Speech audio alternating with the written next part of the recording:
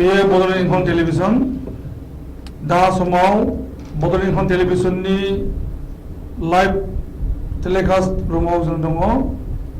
सावरायनो नागिरदों जे बर' हारिनि अलखद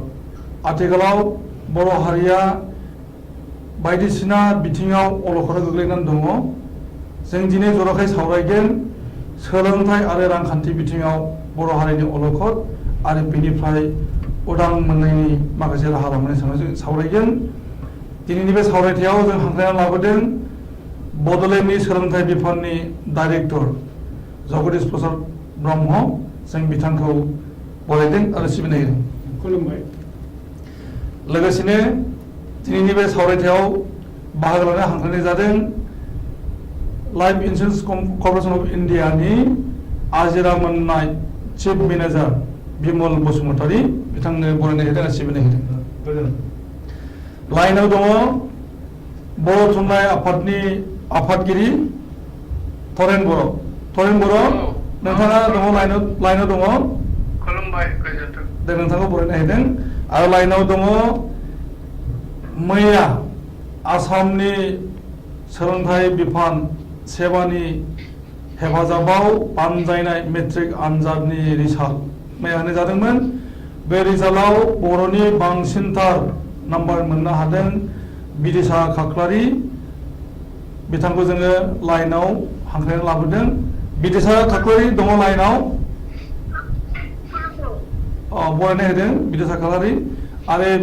बिथांनि बिफा दङ लाइनाव बलेन बर' लाइनाव दङ खुलुमनाय होदों लोगोसेनो बिदिसा खाख्लारिनि बिमा मृणाली बर' लाइनाव दङ मृणाली बर' लाइनाव दङ खुलुमनाय होदों आरो लोगोसेनो दङ जोंजों अनलाइनाव बिदिसा खाख्लारिया जि फरायसालियाव फरायनानै मैया मेट्रिक आनजादाव उथ्रिनो हादों बाथौ आश्रम बाक्सा जिल्लानि बरमायाव थानाय बाथौ आश्रम बे बाथौ आश्रमनि गायसनगिरि डाइरेक्टर देवबार नार्जारि बिथाङा आथिखालाव बरमा हिनजावसा गोजौ फरायसालिनि गाहाय फोरोंगिरि जानानै दङ जों बिथांखौ लाइनाव दोनदों देवबार नार्जारि बिथांनि नेटवर्कआ गाज्रि दङ जोङो बिथांखौ लाइनाव मोनगोन दा जों सावरायगोन जे बर' हारिया सोलोंथाइ आरो रांखान्थि बिथिङाव गोग्लैनाय अलखदनि सायाव बे बेलायावनो सावरायनायाव बाहागो लागोन रायजो राजा नोंथांमोना सावरायहरनो हागोन जानबुंनि गेजेरजों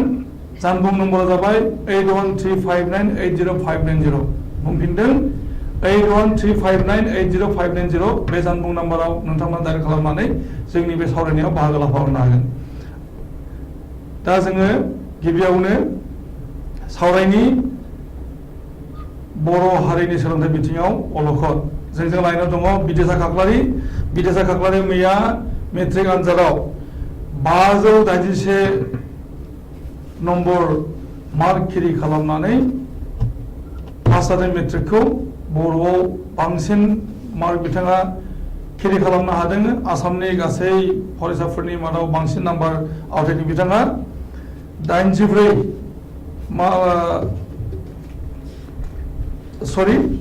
बुंफिनदों बिथाङा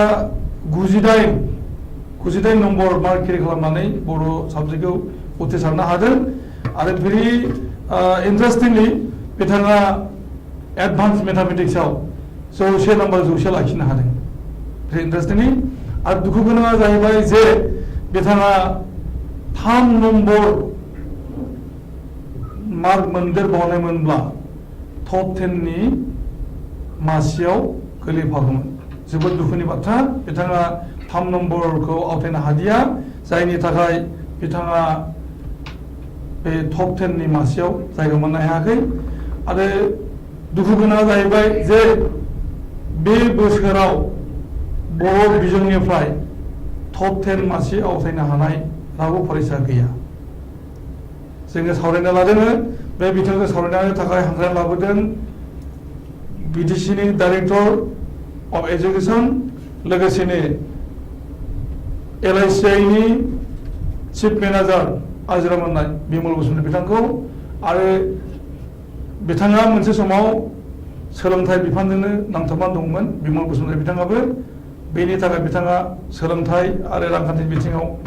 माखासे माने बाथ्रा बुंथिगोन जोङो थोंजोङै थांग्रोनि बिदेसा खाख्लारिनि सेराव बिदेसा खाख्लारि खुलुम नोंथाङा मैया मेट्रिक आनजादाव बर' फरायसाफोरनि मादाव बांसिन मार्क केरि खालामदों बर'आव 98 नम्बर नोंथाङा केरि खालामनो हादों नोंथाङा मेट्रिक पास जानाय लोगोसेनो बर' आयदायाव बांसिन मोननाय आरो एडभान्स मेथामेटिक्सआव 100 नम्बर लाखिनो हानाय बेफोरनि थाखाय बयजोंबो बाख्नायनाय मोनदों दा बाथ्राया जाहैदों जे नोंथाङा जे मैया मेट्रिक पास खालामबाय मेट्रिक पास खालामनो थाखाय नोंथाङा माबायदि प्रिपारेसन लानानै फरायदोंमोन आरो नोंथाङा मेट्रिक पास जानाय माबायदि मोनदों बेखौ बुंहरदो गिबियावनो बयनिसिमबो आंनि खुलुमनायखौ बावहरग्रोबाय बेनिफ्राय आङो मेट्रिक आनजादनि थाखाय मोजाङैनो प्रिपारेसन खालामदोंमोन क्लास 9नि एनुवेल एग्जाम जोबनायनिफ्रायनो क्लास 10नि बिजाब बुथुमनानै आङो नायबोदों बेनिफ्राय क्लास 10नि क्लास जुरिनायनिफ्रायनो आङो मोजाङैनो गासैखौबो फरायनाय रेगुलारलि फरायबोदों बेनिफ्राय टिउसनबो लादों आङो खायसे बुजिमोननि माबाखौ मोजाङै कनसेप्टखौ क्लियारलि बुजिथारनो थाखाय दान्नैसोनि थाखाय आङो साइन्स आरो एडभान्सखौ टिउसन लादोंमोन आच्छा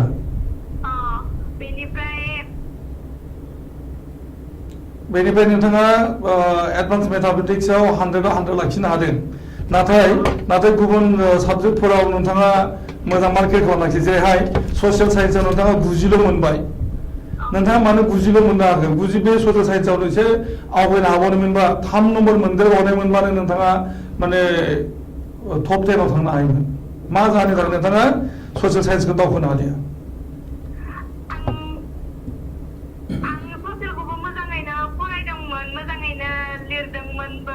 आच्छा बहि नायनायफोराव एसे खायसे रुलफोरबो थायोना एसे बेफोरनि थाखाय माबाफोर आरो आंनियाव माबाफोर लिरजोबदोंब्लाबो खायसे गोरोन्थिबो जाफ्लांनोबो हागौ बेनि थाखायनो बेखिनिखौ मोनदों होनना सानदों आच्छा दे जोङो आच्छा नोंथाङा मेट्रिक पास जानाय माबायदि मोनदों गोजोननायखौनो मोनदों जों नोंथांजों दसे उनाव सावरायबावगोन नोंथाङा लाइनाव थाबाय था जों दानिया नोंथांनि बाबा बलेन बर'जों सावरायनो लादों बलेन बर' नोंथाङा लाइनाव दङ नोंथांनि बिसाजो बिदेसा खाख्लारिया मैया मेट्रिक पास जाबाय नोंथाङा माबायदि मोनदों गोजोननाय मोनदों रिजाल्टखौ बिदि मोनसे मोजां रिजाल्ट खालामबाय बेयाव गोजोनदों आं आच्छा बर' मिडियामनि मादाव जिहेतु टप जानो हानाय जों बेखौ मोनथिनानै गथ'आ जेरै माबानानै नाजानानै बे जायगाखौ आवथायनो हादों नालाय आं गोजोननाय मोनदों आरो आच्छा मोनसे कुइसन दङ बे जाहैबाय नोंथांनि मुङा जाहैबाय बलेन बर' नोंथांनि मिसेसनि मुङा जाहैबाय मृणाली बर' नाथाय नोंथांनि बिसाजोनि मुङा बिदिसा खाख्लारि मा जाखो रावालाय माने जोंनि जिथु फोलेर बेयो गुबैयै खांख्लास्रिमोन आगोलाव खांख्लास्रियाबा जोंनिया बर' माबा हिसाबै खाख्लारि नार्जारि औवारि बेबायदि दं नालाय बेनि उनाव जोंना आफाया जुदुबा बर' लिरबाय बिदिनो आंनियाबो बर' जाबाय आच्छा बे खाख्ला थुयो होनना मिथिनायखाय दा जों लेखा गोरों बे जोंनि गेजेराव जिथु बे टाइटेला खाख्लारि नार्जारि सोलोंथायारि बेबायदि लिरो नालाय आं अरिजिनखौ संना मोननायनि उनाव आंनि खुदियाफोरनो आङो बे खाख्लारि टाइटेलखौ लिरनायसै आरो बे माबाखौ लाखिनो थाखाय आच्छा नोंथांनो गोजोननाय होदों दानिया जोङो सावरायनि मृणाली बर' नोंथांनि मिसेस आरो बिदिसा खाख्लारिनि बिमा मृणाली बर' लाइनाव दङ नोंथाङा माबायदि मोनदों नोंथांनि बिसाजो मैया मेट्रिक पास जाबाय मोजां मार्क केरि खालामनानै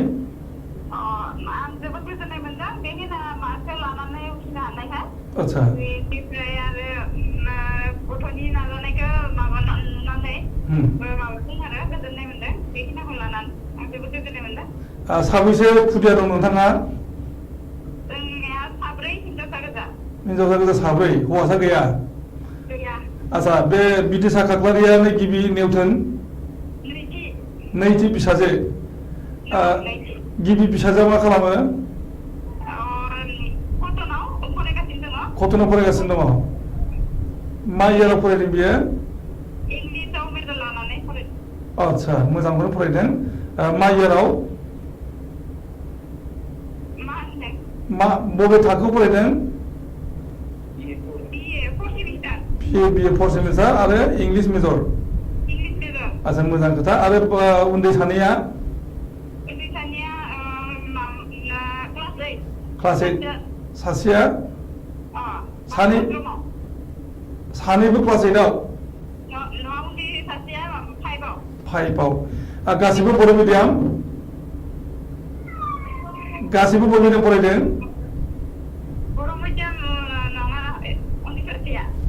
जोबथारनाया बर' मिडियाम नङा मा मिडियाम बेलाय इंलिस मिडियामाव होदों आरो बाखि बे दा जोंनि कटनाव फरायगासिनो दं बे बर' मिडियाम बिदिसा खाख्लारिथ' बर' मिडियाम जाखाबाय बाथौ आश्रमनिल' फरायदों बियो आरो गेजेर सासेयाबो बर' मिडियाम नाथाय जोबथारनायखौ नोंथाङा इंलिस मिडियामाव हरबाय मानोथो इंलिस मिडियामाव हरगोन नोंथाङा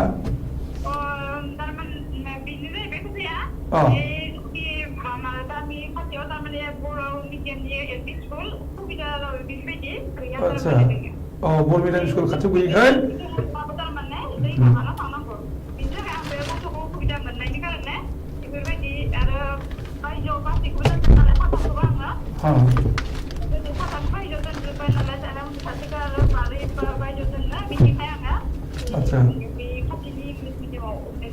आदसा दे गोजोननाय नोंथांनो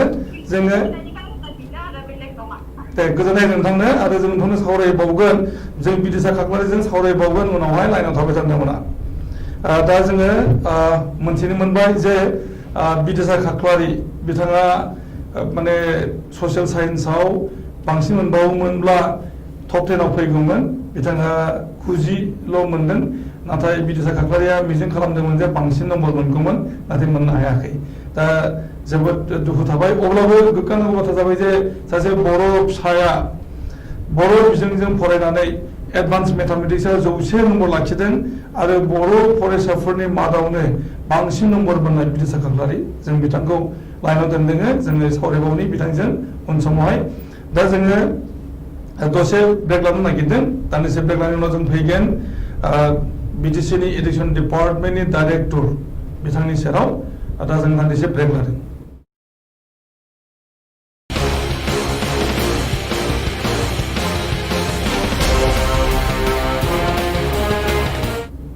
फैफिनदों जों दा समाव सावरायनि सोलोंथाइ बिथिङाव बर' हारिनि अलखद बे बेलायावहाय बाहागो लागोन सावरायनायाव बड'लेण्डनि सोलोंथाइ बिफाननि डाइरेक्टर बिथाङा बावैसो जयेन जादों बिथाङा एप्रिलनि 1 अक्ट' खालिनिफ्राय डाइरेक्टर बिबानाव थिसनजादों भेरि इन्टारेस्टिंलि बिथाङा डाइरेक्टर जानायनि उनावनो दानसे जास्लाबैयावनो बड'लेण्ड खुंथाया गभर्नरनि आखायाव थांदों दा गभर्नरनि खुंथाय सोलिगासिनो दङ बड'लेण्डआव आरो बे बिथिङावनो बड'लेण्डनि सोलोंथाइ एबा फरायसालिफोरनि हालोदखौबो जों बुंनो हानाय जाथ'वाखै मानो होनना बुङोब्ला दा समाव लकडाउन सोलिबाय थादों भारत हादराव कर'ना भाइरासनि थाखाय गासै मुलुगानो गिग्लुंनाय थासारि दिनै समाव लासै लासै कर'ना भाइरासनि थासारिया सुग्लायनो लागै हमदों लकडाउना सोलिबाय थादोंमोन आरो बावैसो आनलक 1 सोलिगासिनो दङ दा बे आनलक 1 सोलिबाय थादोंब्लाबो फरायसालिफोरखौ बन्द खालामनानै दोननाय जादों जगदीश प्रसाद ब्रह्म बिथाङा सोलोंथाइ बिफाननि दिथागिरि बिबान रुजुननाय उननिफ्राय सोलोंथाइ एबा फरायसालिफोरनि हालोदा दिन्दानानै दङ मानो होननानै बुङोब्ला गासै फरायसालिफोरखौनो बन्द लाखिनाय जादोंमोन लकडाउननि थाखाय आरो आनलक थासारियावबो फरायसालिफ्रा दा बन्द जानानै दंथ'यो बे बेलायाव जगदीश प्रसाद ब्रह्म बिथाङा गावनि मोन्दांथि आरो गावनि उननि प्लेनिंनि सायाव बिथाङा बुंथिगोन जों बिथांनि सेराव फैदों नोंथांनि सेराव जों फैदों नोंथाङा दा डाइरेक्टर जानायनि उननिफ्राय दा समसिम सोलोंथाइ बिफाननि डाइरेक्टर जादोंब्लाबो नाथाय फरायसालिफोरखौ नोंथाङा सामलायनायनि खाबुखौ मोनाखै बे बेलायावनो गोबांथार माखासे बिथांखि भारत सरकारा फोसावदों फरायसालिफोर बन्द जादों थादोंब्लाबो फरायनाया बन्द जानो मोना बेखौबो फोसावनाय जादों दा बे बेलायावहाय बड'लेण्डनि सोलोंथाइ बिफाना मा हाबाफारि बानजायदों बेखौ लाफानायनि गेजेरजों उन समाव नोंथाङा बे सोलोंथाइ बिफानखौ बड'लेण्डनि सोलोंथाइनि थासारिखौ माबायदि लाबोनो लुबैदों बेखौ नोंथाङा बुंथिनानै गिबियावनो बड'लेण्ड इंखं टेलिभिजननि एडिटर बिथांनिसिम आङो गोसो गोरबोनिफ्राय साबायखर बावहरग्रोबाय मानोना दिनैहाय बे बड'लेण्ड इंखं टेलिभिजनावहाय बिसेसकै बिटिएडि एरियानि सोलोंथाइनि सायाव आरो बिसेसकै जोंनि बर' मिडियामनि सोलोंथाइनि सायाव फंनैसो शेयार खालामनो खाबु मोननायलाय आङो बिथांनिसिम साबायखर बावबाय आरो लोगोसे रायजो राजा साफ्रोमनोबो आंनि अननाय मोजां मोननाय आरो खुलुमहरनायखौ आङो बावहरग्रोबाय थ'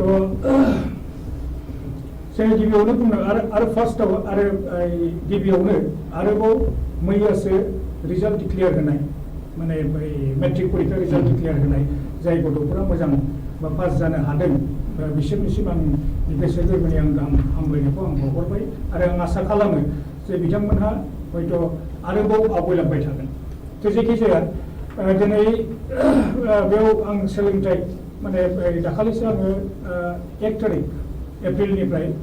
डाइरेक्टर इनचार्ज हिसाबै आंनो बिबानखौ होदों आरो आनफर्चुनेटलि आं जे दिनखालिनिफ्राय आङो बिबान लादों अफिसाबो गैयामोन आरो बेनि उनावसो हयथ' आफ्टार 15 डेजनि उनावसो आं हयथ' अफिसाव जिरायदों थ' जेखियानो जाया दा जों बयबो मिथिगौ जे जोंहा मोनसे समस्या जानानै दङ बे जाहैबाय मा कभिड-19 पेन्डेमिक जिथु प्रब्लेम बे प्रब्लेमनि थाखाय जोंनि बिटि एरियाल' नङा जोंनि आसामल' नङा सारा बुहुमनाङैनो दा बे प्रब्लेमा फेस जागासिनो दङ आरो बिसेसकै जोंनि फरायसाफोरनि थाखाय बे प्रब्लेमा बारा होननानै आं सानो मानोना जोंनि गथ'फोरा क्लासरुमनिफ्राय डिप्राइभ जादों क्लास ट्रान्जेक्सनफोरनिफ्राय डिप्राइभ जादों सोलोंथाइनिफ्राय डिप्राइभ जादों दा बेनो माने बयनिख्रुइबो माने देरसिन जेंना जों बुंनो हायो बे समावहाय अब्लाबो दा जोंनि बे सिचुवेसनखौ जों माबोरै माने सालायलांगासिनो दं होननानै जों जुदि बुङोब्ला जे जोंहा दा खुनु अल्टारनेटिभ गैया जे जोङो स्कुलावहाय गथ'फोरखौ लेंहरनानै माने गथ'फोरनो जोङो सोलोंथाइखौ होगोन बा गथ'फोरखौ जों फोरोंगोन जोंनि स्टुडेन्टफोरखौ जोङो माने सोलोंथाइ होगोन बे मोनसे परिबेस जोंहा गैया दा अब्लाबो जोंनि आसाम एजुकेसन डिपार्टमेन्ट आसाम सरकारनिफ्रायनो होन बा जोंनि बिटिसि सरकारनिफ्रायनो होन जिहेतुके दा जोङो क्लास खालामनो हाया दा अब्लाबो जों माबा मोनसे अल्टारनेटिभ माने खालामनो हायो नामा बेवहाय सावरायदों आरो जोङो बिथोन हरदों जे जोङो इ-लार्निं बा डिजिटेलनि थ्रुयैहाय जोङो गथ'फोरनो जोङो माने सोलोंथाइखौ जों होनांगौ बा क्लासफोरखौ जों खालामनांगौ आरो बे हिसाबै जोंखौ बिथोन हरदों जे जोङो इच एन्ड एभ्रि स्टुडेन्टफोरनि मबाइल नाम्बार कालेक्सन खालामनांगौ आरो बेबायदि जों कालेक्सन खालामगासिनो दङ आरो दा बुंनो थाङोबा आं आसामनि दस्रा डिस्ट्रिक्टनि खोथाखौ आं बुङा जोंनि बिटिएडि 4 डिस्ट्रिक्ट दङ बे डिस्ट्रिक्टआवहाय आं सानो जे दासिम 40निफ्राय 45% स्टुडेन्टनि जोङो मबाइल नाम्बार जों कालेक्सन खालामनो हादों जायहा वाट्सएप फेसिलिटिस दं थारमाने एन्ड्रइड जायहा दङ आरो माखासे जोंहा 20 to 25%सोआ मबाइल नाम्बार दङ खिन्थु बिसोरना एन्ड्रइड माने हेन्डसेट बेबायदि गैया बिसोरना जेनेरेल हेन्डसेट बे दङ आरो माखासे थाबावनो हयथ' 25 to 30% हयथ' जागोन आरो जे बिसोरा एखेबारे मबाइलानो गैया दा जोंनि प्रब्लेमा जाहैदों मा जोङो इ-लार्निंखौ थ्रु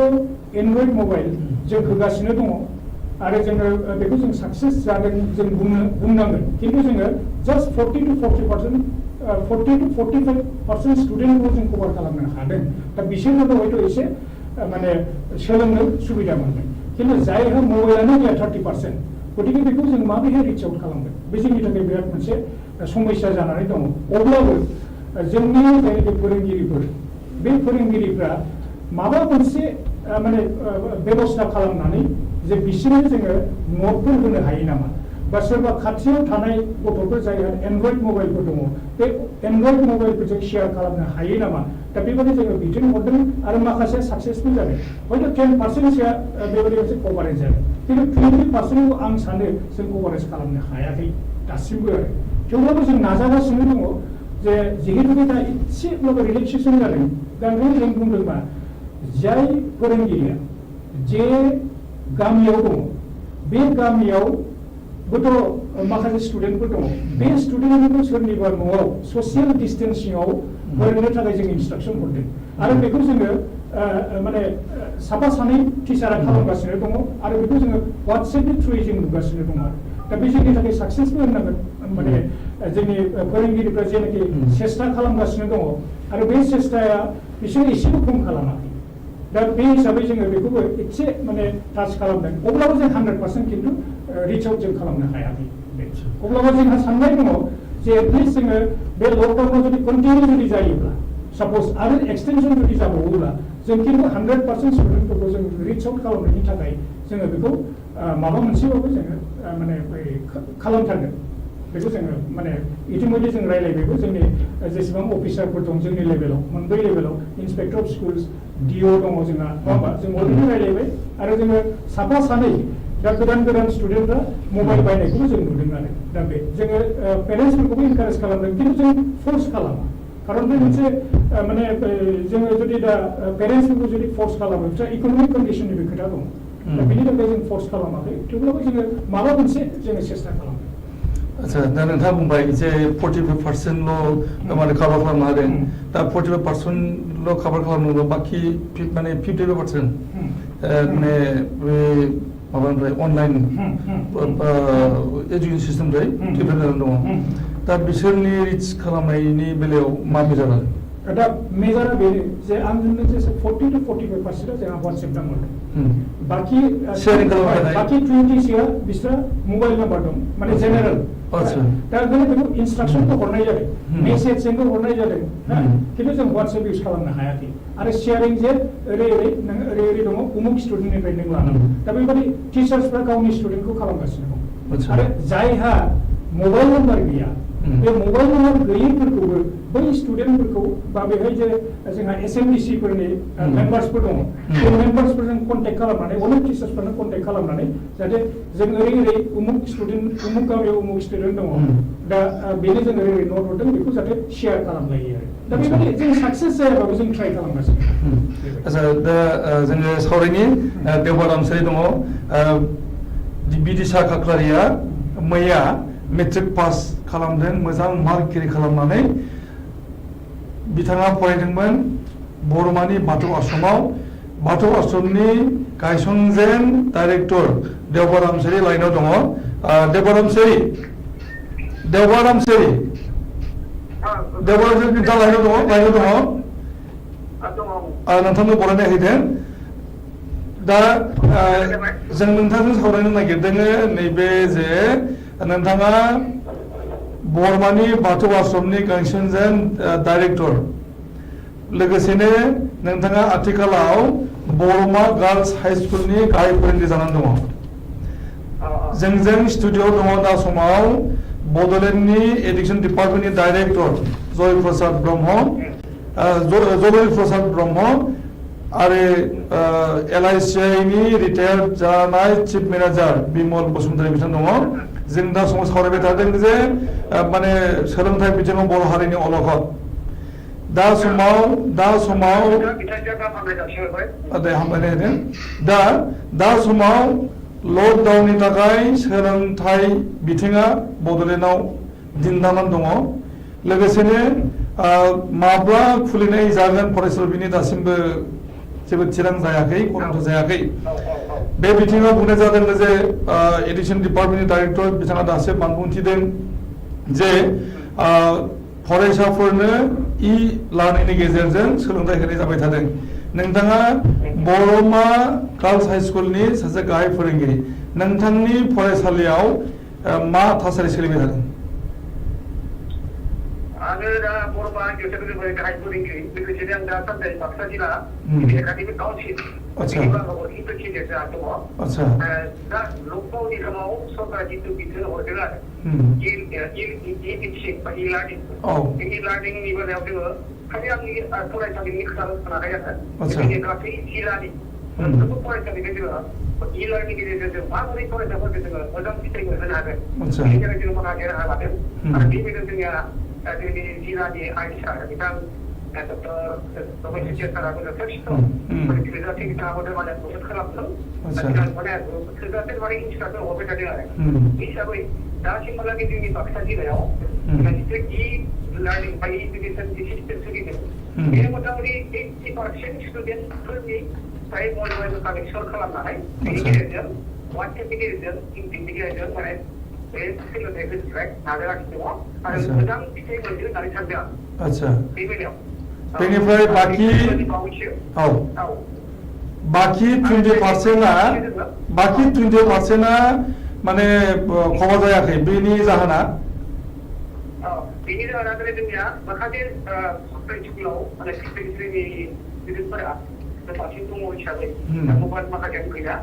बेनि थाखाय थांनायफोराव जोंहा एकाडेमिक काउन्सिलनि मिटिं जाना थांबाय। बेयाव जोङो सावरायनाय जादों बे 20% स्टुडेन्टफोरखौबो माने जेसेबां स्टुडेन्टफोर दासिमाव मबाइल गैया बेखौ साफ्रोमबो फोरोंगिरि रानना होनानै बे फोरोंगिरि बिथांमोना फरायसाफोरनि राहा लानो थाखाय बेखौ आइस बिथांमोना मोनसे बिथोन होनाय जादों। नोंथांनो गोजोननाय होदों बेखिनि रिपर्ट। मोनसे मोजां हाबाफारि लाबोदों जोंनिया सारा, जोङो बे लकडाउननि समाव नै दा मोनसे हम एसाइनमेन्ट लादों 50 मार्क्सनि क्लास 10 क्लासनि थाखाय जोङो हम एसाइनमेन्ट मोनसे लादों 50 मार्क्सनि। बियो जोंनिया नैबे महिनानिफ्राय सोलिबाय थाबाय, माने बे प्रत्येक स्टुडेन्टनो पेपार डिस्ट्रिक्ट वाइजआव सेटिं खालामदों 50 मार्क्सनि। आरो बे कुइसन पेपारखौ जों प्रत्येक स्टुडेन्टफोरनो माने खायसेफोरा hand to hand hard copy होयो आरो माखासेफोरा अनलाइन वाट्सएपआव हगारनाय जादों आरो दा बेखौ माने 20 तारिखनि मादाव गासैबो इन्सिडेन्ट खालामनानै जिल्ला थादेरनो जमा होनो जोंहा जोंनि एकाडेमिक काउन्सिलाव जमा होनो होनाय जादों आरो बे खामानिया सोलिगासिनो दङ आरो दानिया मोनसे नाजाबावदों गथ'फोरखौ थुलुंगानि थाखाय माने टप 10 जों थाखाय होदों बेनिफ्राय फरायगिरिनो टप 10 फरायगिरिनि थाखायबो डिस्ट्रिक्ट एकाडेमिक काउन्सिला मोनसे थांखि लादों आरो। दानिया मोनसे कुइसन जे मैया जे मेट्रिक रिजाल्ट होबाय, सेबानि गेजेरजों बाजानाय मेट्रिक रिजाल्टखौ मैया होबाय, जे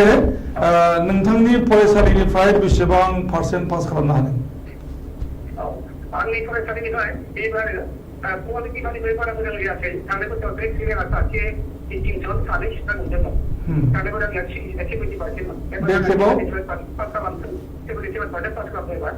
77 टटेल 52मोन, बिदिनो 40 पास खालामदों।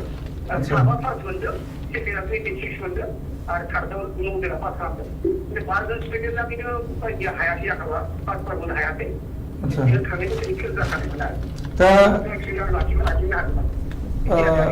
गुबुन मोनसे कुइसन बे जाहैबाय जे नोंथांनि बाथौ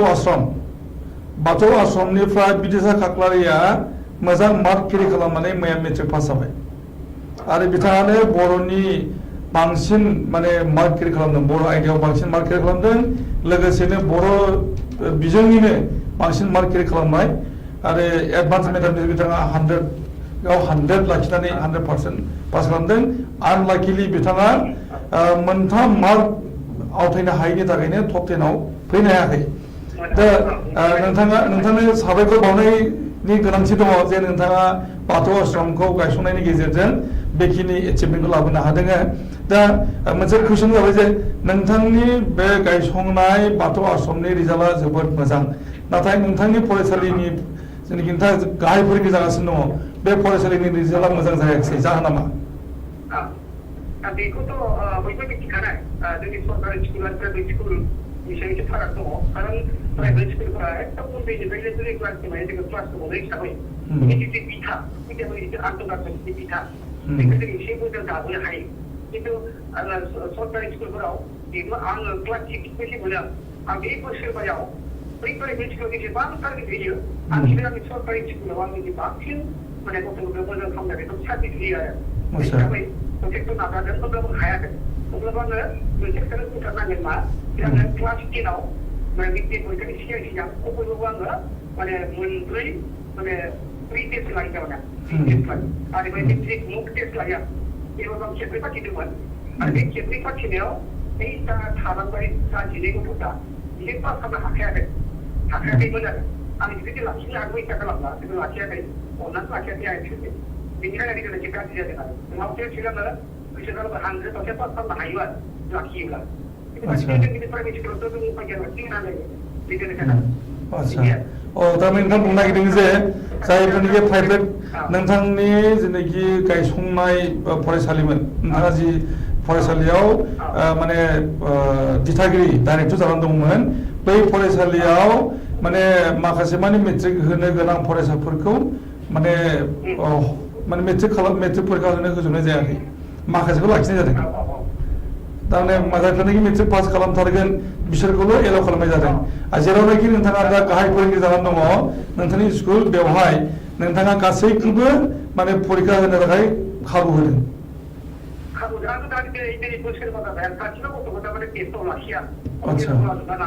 आच्छा दे नोंथांनो गोजोन आच्छा नोंथांनो गोजोननाय होदों आदा नोंथाङा लाइनाव थाबाय दा नोंथांजोंबो सावरायगोन उनाव आरोबाव नोंथाङा लाइनाव था जोङो सावरायनो खाबु लागोन दा जोङो दान्दिसे ब्रेक लाबावदों जों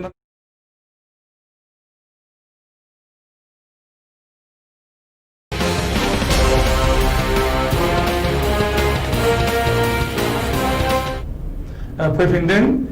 दा जोङो सावरायनि थरेन बर' थुनलाइ आफादनि आफादगिरि लाइनाव दङ जों बिथांजों जगाजग खालामदों थरेन बर' नोंथाङा लाइनाव दङ आच्छा नोंथाङा खोनाबाय थादों सावरायनायखौ दा समाव जों सावरायदों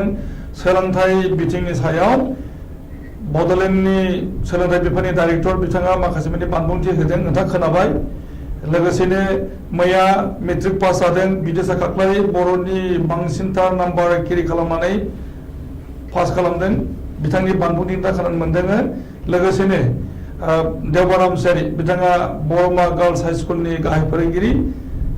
जाय बिथाङानाखि मैया बिदेसा खाख्लारिया मेट्रिक पास खालामबाय बाथौ आश्रमनिफ्राय बे बाथौ आश्रमनि बिथाङा गायसंजेन डाइरेक्टरमोन नोंथाङा गासिबो खोनादों दा नोंथाङा मा बुंनो नागिरो जे आथिखालनि सोलोंथाइनि थासारि आरो बर' फरायसाया माने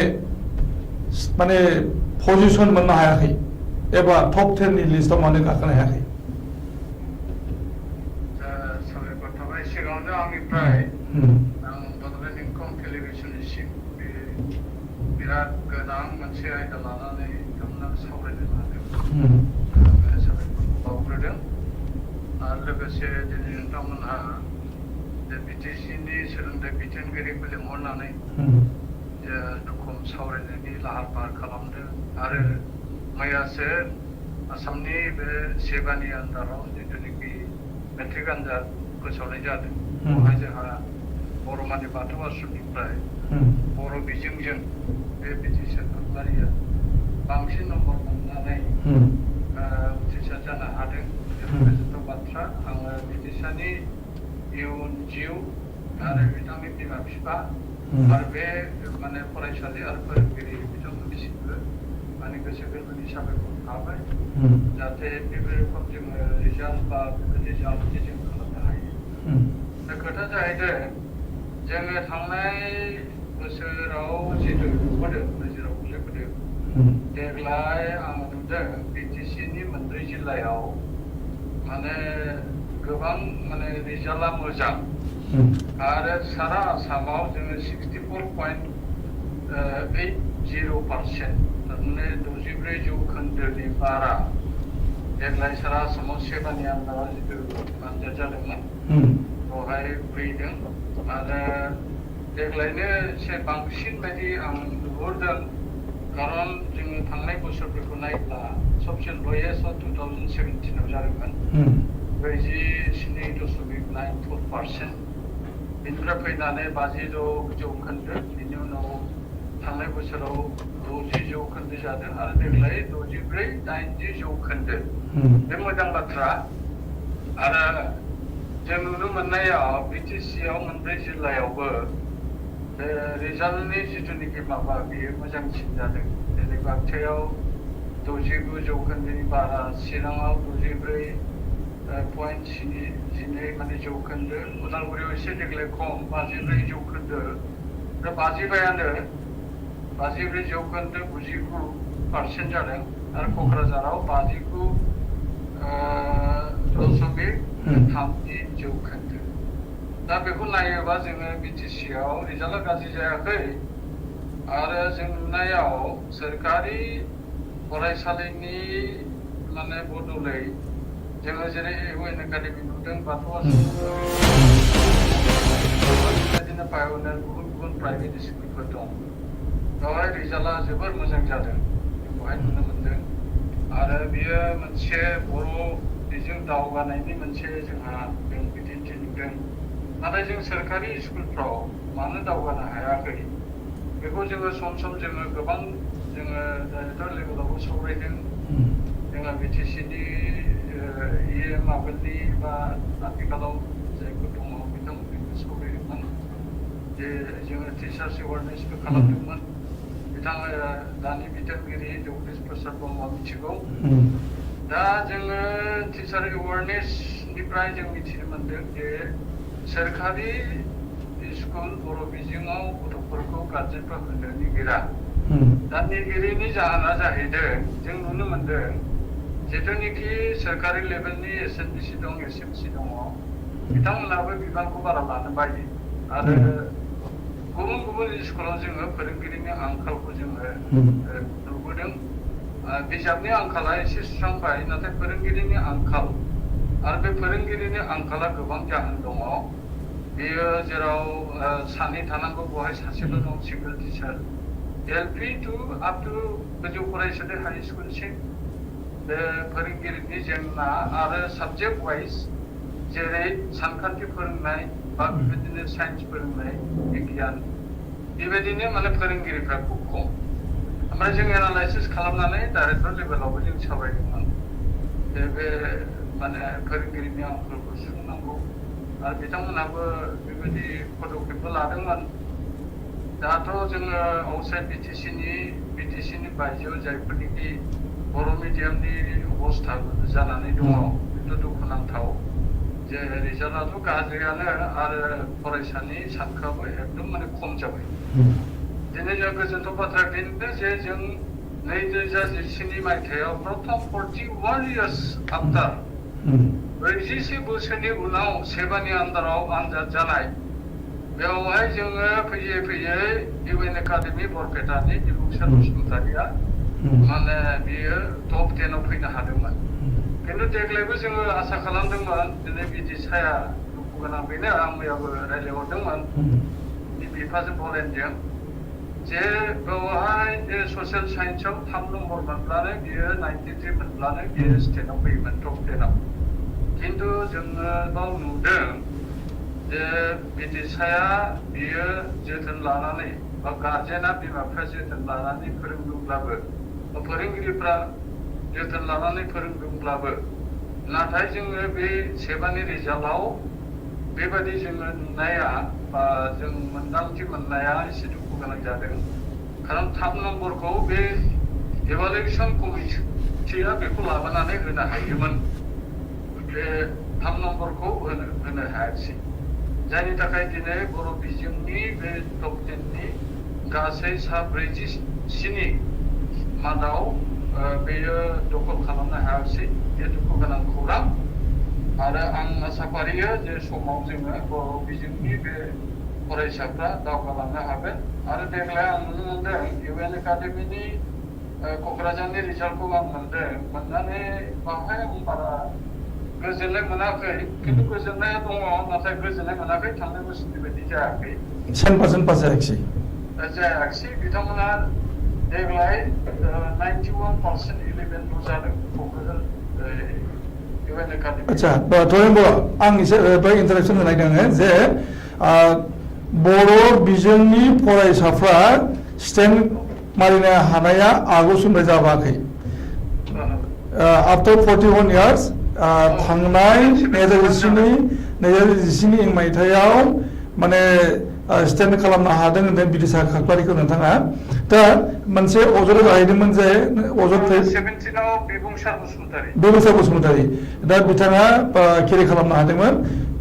इउएन एकाडेमि बरपेटानिफ्राय दा बिनि जाहोनफोरा मा जे सेबाया बानजायनाय जेनाखि आनजाद बेवहाय गुबुन मिडियामनि फरायसाफोरखौ माने बिहारि नोजोरजों नायनायनि थाखाय गुबुन मिडियामनि फरायसाफ्रा स्टेन्ड मारिनो हाया बेबायदि मोनसे अजद फैबाय थादों जेरैहाय बर'ल' नङा बा इंलिश मिडियामनि फरायसाफोरखौबो फार्स्ट माने माबायाव रेंकआव लाबोनाय जायाखै एबा हिन्दी मिडियामनि बेंगलि मिडियामनिफ्रायबो अजदखौ लाबोबाय थादोंमोन आगु समनिफ्राय बिदिनो बर'फ्राबो माने जेब्लानाखि 1987 निफ्राय बड'लेण्ड आन्दलनखौ खालामजेनो बर' फरायसा आफादनि दैदेननायाव बै समाव अजद लाबोबाय थानाय जादोंमोन जे बर'फोरनि थाखाय आलादा माने आनजाद खुंथाय नांगौ बेदि बुंनाय थानाय जादोंमोन दा उन समावहाय बर' फरायसा आफाद एबा बर'नि गाहाय गौथुम हिसाबै बर' थुनलाइ आफादा दाबिनाय जाबोदों जे माने सेपारेट डाइरेक्टरेट बेनि बाथ्रा फैबाय थादोंमोन आरो सेपारेट डाइरेक्टरेट खालामनाय जायोब्ला गासैबो एकोमोडेसनफोरा मोजां जागोन आरो आनजादा मोजां जानो हागौ बेबायदि मिजिं लानाय जादोंमोन दा बिटिसि आव एडुकेसन डिपार्टमेन्ट दङ जर'खायै बर' बिजोंखौ नायनो हानायनि राहाबो दङ अब्लाबो जों दा समाव सोलोंथाइ बिफाना गोबांथार साबसिनाव फैदों होननानै जों बुंनांगोन माने बिटिसि जानायनि उनावहाय बर' बिजोंनि हालोदा आगोलनि बायदि नंलिया अब्लाबो स्टेन्ड मारिनो हानाय फरायसा जों दासिम मोननो हायाखै बिनि जाहोन दा बे जाहोनखौ आङो रावखौबो दाय होनो सानाखै बेनि जाहोनाव जाहैबाय बे बर' बिजोंनि जिथुनिखि एन्सार स्क्रिप्ट बे बर' बिजों फरायसानि एन्सार स्क्रिप्टखौ बर' मास्टारानो बर' फोरोंगिरिफ्रानो नायो बेनिफ्राय बेयाव इभालुएसन खालामखांनायनि उनाव बर्ड अफ एग्जामिनार दङ बिथांमोना नायो लास्टआव बे टप 10 आव फैनायनि बे माबाखौबो आलादायै बिथांमोना स्पेसियेलि जर'खायै नायो बेवहाय आंहा जेबो बुंनांगौ खोथा गैया नाथाय खोथा जाहैदों जोङो 2005 मायथाइनिफ्राय बिजिनि अधिवेशननिफ्राय जोङो डेलिगेट सेसनाव जोङो मोनसे सानदोंमोन मा जे जोंनि बे बर' मिडियामखौ फोथांनोब्ला बेखौ रैखाथि होनोब्ला आरो बर' बिजोंनि बे फरायसाफोरखौ एनकारेज खालामनो थाखाय जोङो हाइमाद्राजा लेखियाखै जोङो सेपारेट मोनसे माबा बर' बिजोंनि थाखाय सेपारेट डाइरेक्टरेट बिनानै जोङो माने बर' बिजोंनि थाखाय माने आलादा एग्जामिनेसन खालामनांगौ हाइमाद्राजा बायदि जों बेबायदि होननानै जोंसो दाबि खालामबोबाय थादोंमोन खिन्थु गेजेर खन्द'आव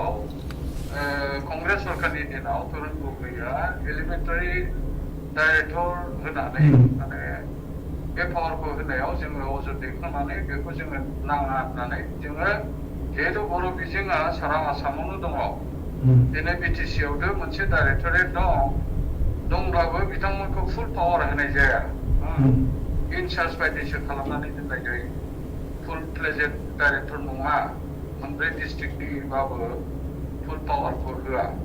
दा बेनिखायनो जोङो डाइरेक्टर बे बिनायाव आथिखालनि सोलोंथाइ बिफाननि मिनिस्टारा मोनसे साजेसन होबायबा आसामाव मोननै डाइरेक्टरेट थाया बेबायदि मोननै जाया गतिके बर'फोरनो होयोब्ला बर' बिजोंनि थाखाय होयोब्ला बेयो मोननै डाइरेक्टरेट जागोन ओमफ्राय बिथांमोना लास्टआव जों नुदों जे हाइमाद्राजाखौबो बिथांमोनहा एबलिश खालामनायनि एसे मोनसे लाहार फाहार खालामदों आरो बे खोथाखौ जों सेबानि चेयारमेन सेबानि बर्ड अफ डाइरेक्टर जों रायज्लायदोंमोन रायज्लायनानै जोंनो माने बर' एन्ड आदार ट्राइबेल माने जइन्ट डाइरेक्टर पावाराव माने काहिलिपाराव अफिस खालामनानैसो होदों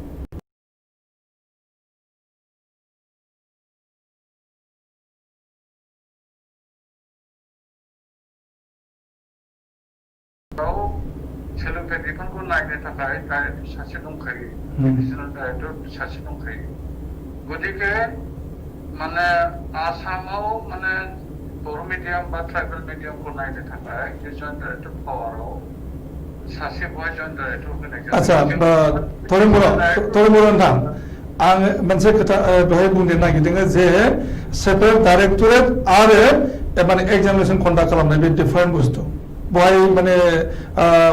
सेबाया जाहैबाय आनजाद सामलायनायनि बाथ्रा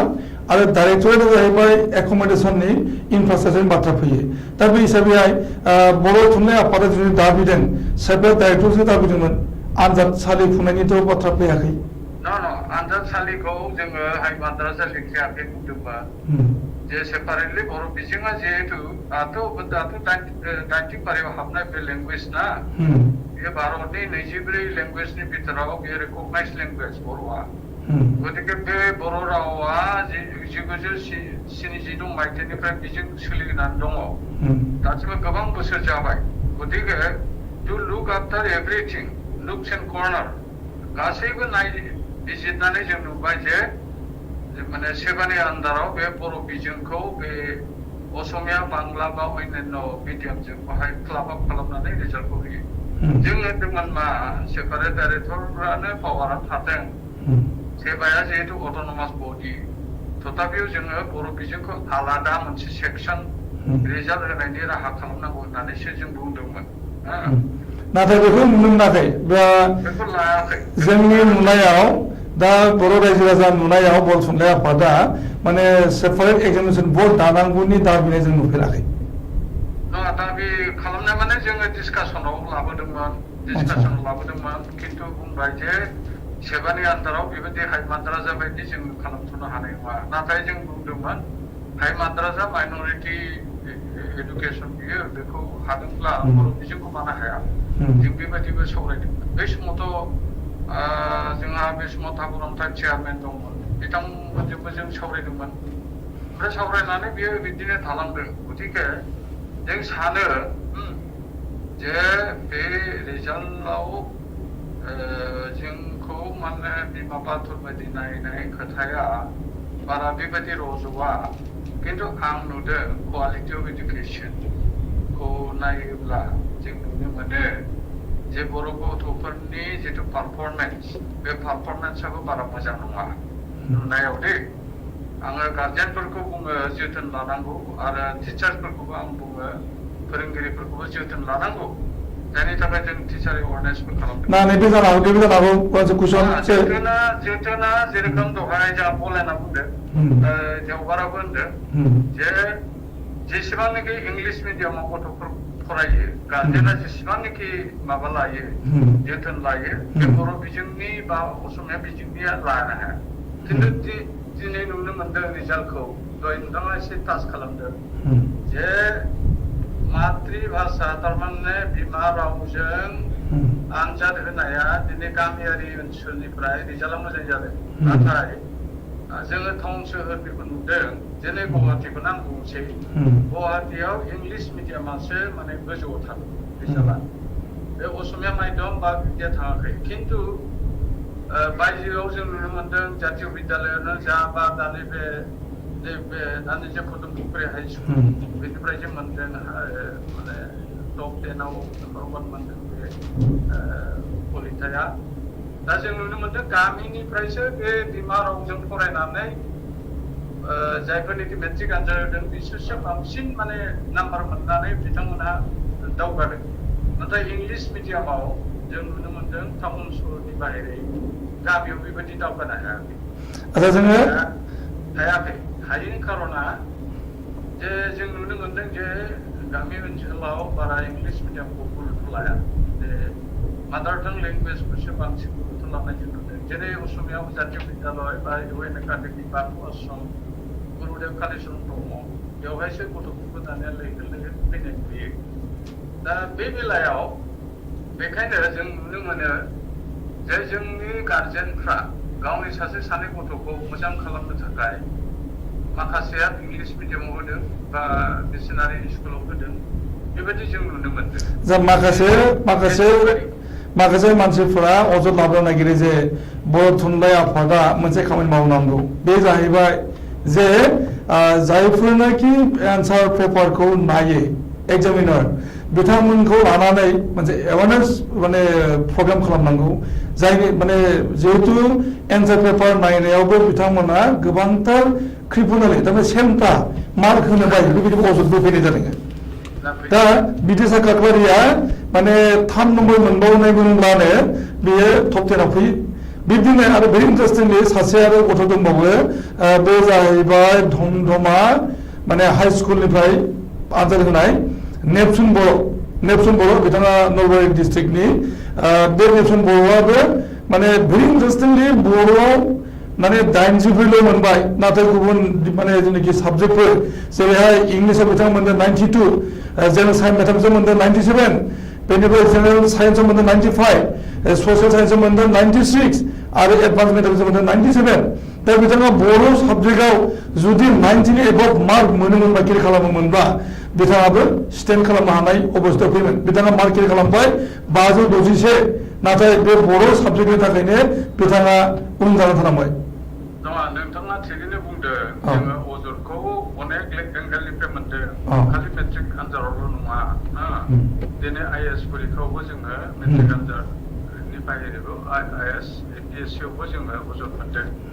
आरो दानि बुंनाय बायदि जे बर' बिजोंनि गथ'आ बर'आवबो 100 मोना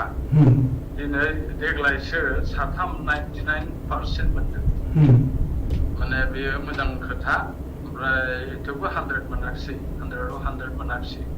बर'आव खमियाव खिन्थु दङ खिन्थु जोंना खोथा बेनो जे जोंनि बर' रावारि मानसियानो कुइसन पेपार दानो बर' रावारि मानसियानो एन्सार स्क्रिप्टखौ नायो गासैबो नायो बावहाय जों बुंनाया बेनो जे मोनसेथ' अजद बिराद गिदिर माने जोंनो होदोंमोन जे बे बर'मानि जिथुनिखि मनज स्वर्गियारि बे जेलानाखि नाम्बार 1 जायो हायार सेकेन्डारि साइन्सआव 2009आव बेनि उनाव बेयो एडभान्स IIT आव थांनानै ओमफ्राय IASC दा नोंथांमोना बे IRS मोनदोंमोन खिन्थु IAS आव मा जादों जि गथ'आनोखि 100आव 100 मोनदों बर'आव बियो बिल' 80% मोनदों बियो IAS एग्जामिनेसनाव बा एखे माबायाव बे अजदा एकेबारे गोजौ लेभेलसिमबो थांदों जोंबो सावरायदोंमोन जे 100आव 100 मोननाय बे मनज स्वर्गियारिया मानि थाखाय बर'आव एथ' खम मोनखो बेबो फैदोंमोन खोथा फैदोंमन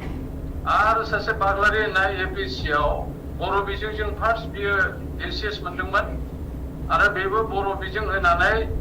बर' साबजेक्ट होनानै बियो बर' लयेस्ट मोनदों ओमफ्राय थांनाय बारावथ' नोंथाङा मिथिखायो जे जोङो टेट परीक्षायाव बर' आयदायावसो खम मोननानै जायफोरनिखि मास्टार साख्रि मावनो नागिरदोंमोन बिथांमोना फेल जादों दा बेफोरबायदि अजदखौ जों मोनदों बर' थुनलाइ आफादा आरो बेखौ जोङो थांनाय खैराबारिनि डेलिगेट हाउसआवबो जों सावरायदों आरो जों CEC आवबो सावरायदों जोङो एलार्ट खालामदों जोंनि जायफोरनिखि कुइसन पेपार सेटार एन्सार स्क्रिप्ट दामगिरि नोंथांमोना एसे फेभारेबल मोनसे एटिटिउड लानांगौ आरो नङाबा जोंनि मिडियाम दावगानाय बा जोंनि गथ'फ्रा गोजौ लेभेलाव थांनाया गोब्राब नोंथाङा थिगैनो बुंदों बेयो जोबोर साबायखर आरो बे आयदाया दानिल' नङा बे आयदाया गोबां माने समाव जोङो अजद मोनबोदों खिन्थु देग्लायनि रिजाल्टखौ माने जों नुनो मोनदों बे COVID-19नि थाखायनो देग्लायनि रिजाल्टखौ डिजिटेल फर्मआव होनाय जादों माने रिजाल्टखौ आगोलाव बिथांमोना बुकलेट छापायनानै होयोमोन दा डिजिटेल फर्मआव होदों ओमफ्राय दहाय जोंहा बिथोनगिरिया होनदों डाइरेक्टरा जे E-learning E-teaching बेयो दा नैबे लकडाउन जोबागौमानि बे खालामनाय जासिगोन आरो दा कमप्लिटलि एडुकेसनेलि इकनमिकेलि माने फुरा लकडाउन जाजोब्बाय दा आच्छा जों नोंथांनि सायाव फैफिनबावगोन माबा गैया ओमफ्राय दहाय बुंदों जे मबाइल बायनायनि खोथाखौ बुंदों खिन्थु साबसे मानसिया बे एन्ड्रइड मबाइलखौ बायनानै बे E-learning E-teachingखौ लानो हागोन आच्छा तरुन बर' नोंथां जोङो नोंथांनि सायाव फैफिनबावगोन जों दान्दिसे ब्रेक लानि जों दा दान्दिसे ब्रेक लानो नागिरदों आरो बेनि उनाव जों सावरायबावनि सोलोंथाइ बिथिङाव जोंनि बर' हारिनि अलखद आरो रांखान्थि बिथिङाव जोंनि हारिनि अलखद।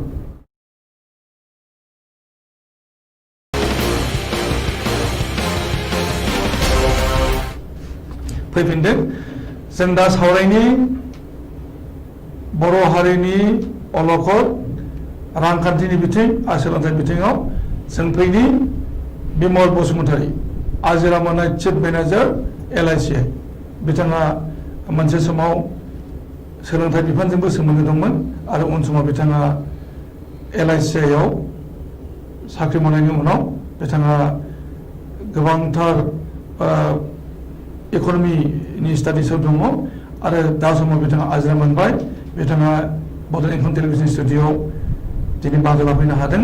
नोंथांनो बरायनाय होदों आरो नोंथांनिबो जों मिथिनो लुबैगोन जे बर' हारिनि दा समनि अलखद सोलोंथाइ रांखान्थि बायदि बायदि नोंथांनि मोनदांथि राजखान्थि बड'लेण्ड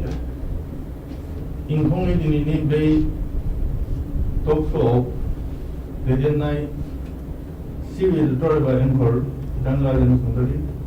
आरो आंजों लोगोसे जाफैनाय आं डिरेक्टर ब्रह्म बिथां आरो रायजो दुलाराय रायजो बिथांमोन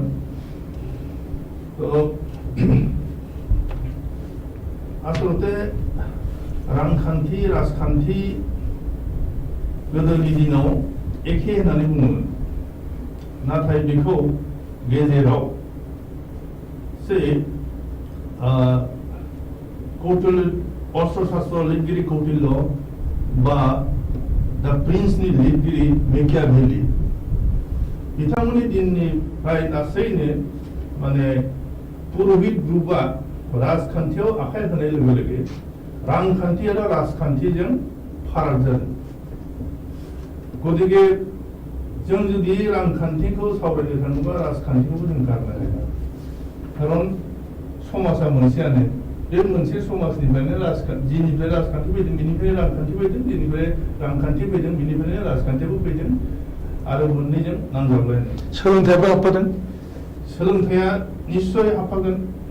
थारमाने बे जाबाय ससियेल इभलिउसनाव थांबाय इभलिउसनाव थांबाय ससियेल इभलिउसनाव तो बर'नि जिथु राजखान्थि आं बिनि सोमोन्दै एसे बुंग्रोनो नागिरदों आं जा मिथिगौ तो बेवहाय आं मोनसे डायलग होनो नागिरदों मेकियाभेलिनि जे मेकियाभेलिया बुंदोंमोन जे राजखान्थि मावनाय मानसिया माबायदि जानांगौ तो बिथाङा बुंदोंमोन जे गोहोनि बेरेखायै थांनांगौबा सिंह महर लानांगौ जुदि बुद्धिनि बेरेखायै थाङोब्ला सियालनि महर लानांगौ तो लामायाव फानसायोब्ला बेखौ सियालासो बारनो हायो सिंहआ हाया किन्तु गोहो जुदि हेंथा जायोबा सोरनाव बेखौ सिंहआसो बेखौ ओभारकाम खालामनो हायो क्रस खालामनो हायो सियाला हाया थिग बेबायदिनो जोंनि बेवहाय बर' हारियाव जों नुदों जे एक्जाक्ट शत्रुखौ सिनायनायाव जों जेन फेइलर आरो बिनि थाखायनो जोङो बारे बारे साफार खालामदों जोंनि समाजा दा बेवहाय जों नुदों जे आबसुआ जेब्ला गिबियावनो आन्दलन खालामदोंमोन बेवहाय माने बे आन्दलननि गेजेराव आसलते बियो मोनसे एजिटेसन मानसिफ्रा आसु आन्दलनखौ रिभलिउसन बुंनो नागिरो रिभलिउसन नङा बे बिप्लब नङा बियो आन्दलनसो सोलायनाय लाबोनाय जाय हक बेवहाय जों नुदों जे माखासे इन्टेलेक्सुयेल ग्रुपनि सायाव टारगेट खालामदों बेनिफ्राय माखासे इन्स्टिटिउसननि सायावबो टारगेट खालामदों सावदों स्कुलफोरखौ सावदों बेनिफ्राय माखासे इन्टेलेक्सुयेल ग्रुपखौबो जोङो खहा खालामदों दे जोंनि मानसियानो बे खहाखौ खालामदों ने खालामदों जोंनि मानसियानो बेखौ सावदों ने सावदों नाथाय थोननाया सोर आसलते बेयाव थार्ड पार्टि दं जों खिन्थु बे थार्ड पार्टिखौ दिनैसिम सिनायनो नाजायाखै तो मिज'फोरा बिसोरबो जोंनिफ्राय सिगांसिन आर्म स्ट्रागल खालामदों बर'आनो आर्म स्ट्रागल खालामाखै नागाफ्राबो खालामदों बर'आबो माने मिजौफ्राबो खालामदों खिन्थु बिथांमोना आर्म्स स्ट्रागलनि लोगोसे एडुकेसनखौ कुनु दिन डिस्टार्ब होआखैमोन जायनि थाखाय बिसोरो बे समनिफ्रायनो इन्डियायाव सेकेन्ड पजिशन इन लिटारेसि किन्तु जोङो मा खालामदों इन्टेलेक्चुवेल ग्रुपखौ आघात खालामनानै एजुकेसनेल इन्स्टिटिउसनखौ जोङो हांगार खालामनानै जों जोबोद जेनेरेसन बाय जेनेरेसन फावसायदों बेवहाय जों थार्ड पार्सना टारगेट दंमोन जे बर'खौ बोरैहाय अलखदाव खोख्लैनो हायो थ' आं निजेनो मोनदों जे सासे माने बिग्रायगिरि मिजौ बियो ट्रिटमेन्टनि थाखाय शिलंआव फैदों बेनिफ्राय बेखौ होनदों डाक्टारा होनदों जे नों बोसोरसे नांगोन बे होनदों जे बोसोरसे आं मा खालामनो बिदि आं कलेजाव एडमिसन लानोसै देट इज एटिट्युड बे आन्दलन खालामदों सोलोंथाइखौ बै दावगानो लांदों खिन्थु जों मा खालामदों जोंथ' फावसायनायनि लामासो लादों थ' बिनि उनाव माने आं गसाइगावआव थाबा 2006आव परमेश्वर ब्रह्म आं बिदादोंमोन आंखौ नांखारनानै बिथाङा बुङो जों सानैजों क्ल'ज फ्रेन्ड थ' जों आराय घन्टा रायज्लायदों बेवहाय बिथाङा जों रायज्लायनायाव जों आराय घन्टा रायज्लायनायाव मोनसे माबायाव फैदों जोङो जे बर'जों सावथालजों नांनायाव सावथाला मामोन सावथाला जोंनि लेबार क्लास बर'नि लेबार क्लास बिजों बर'आ दावहा नांनायनि प्रश्नआनो फैया बिसोरो जोंनि जेबो खहाखौनो खालामाखै थेवबो जों बिसोरखौ मानो बिदि खालामखो बिसोरजों थारमाने थार्ड पार्सना सानदों जे बिसोरनि गेजेराव लागायनानै होयोब्ला ट्राइबेल हारिया दुब्ला जागोन बे बिसोरनि टारगेट खिन्थु जों बेवहायनो मोसादों बेनिफ्राय जों नुदों जे आरो फैबावगोन बे जागोन मा बर'जों राजबंशीजों नांहोगोन आरो जुदि बर'जों राजबंशीजों नांहोनो हायाब्ला बर'जों बांगालजों नांहोगोन बे 2006नि जोंनि सानैनि डिसकासन बेनिफ्राय एक्जाक्टलि आं 12 सनाव नुदों जे आंथिहारायाव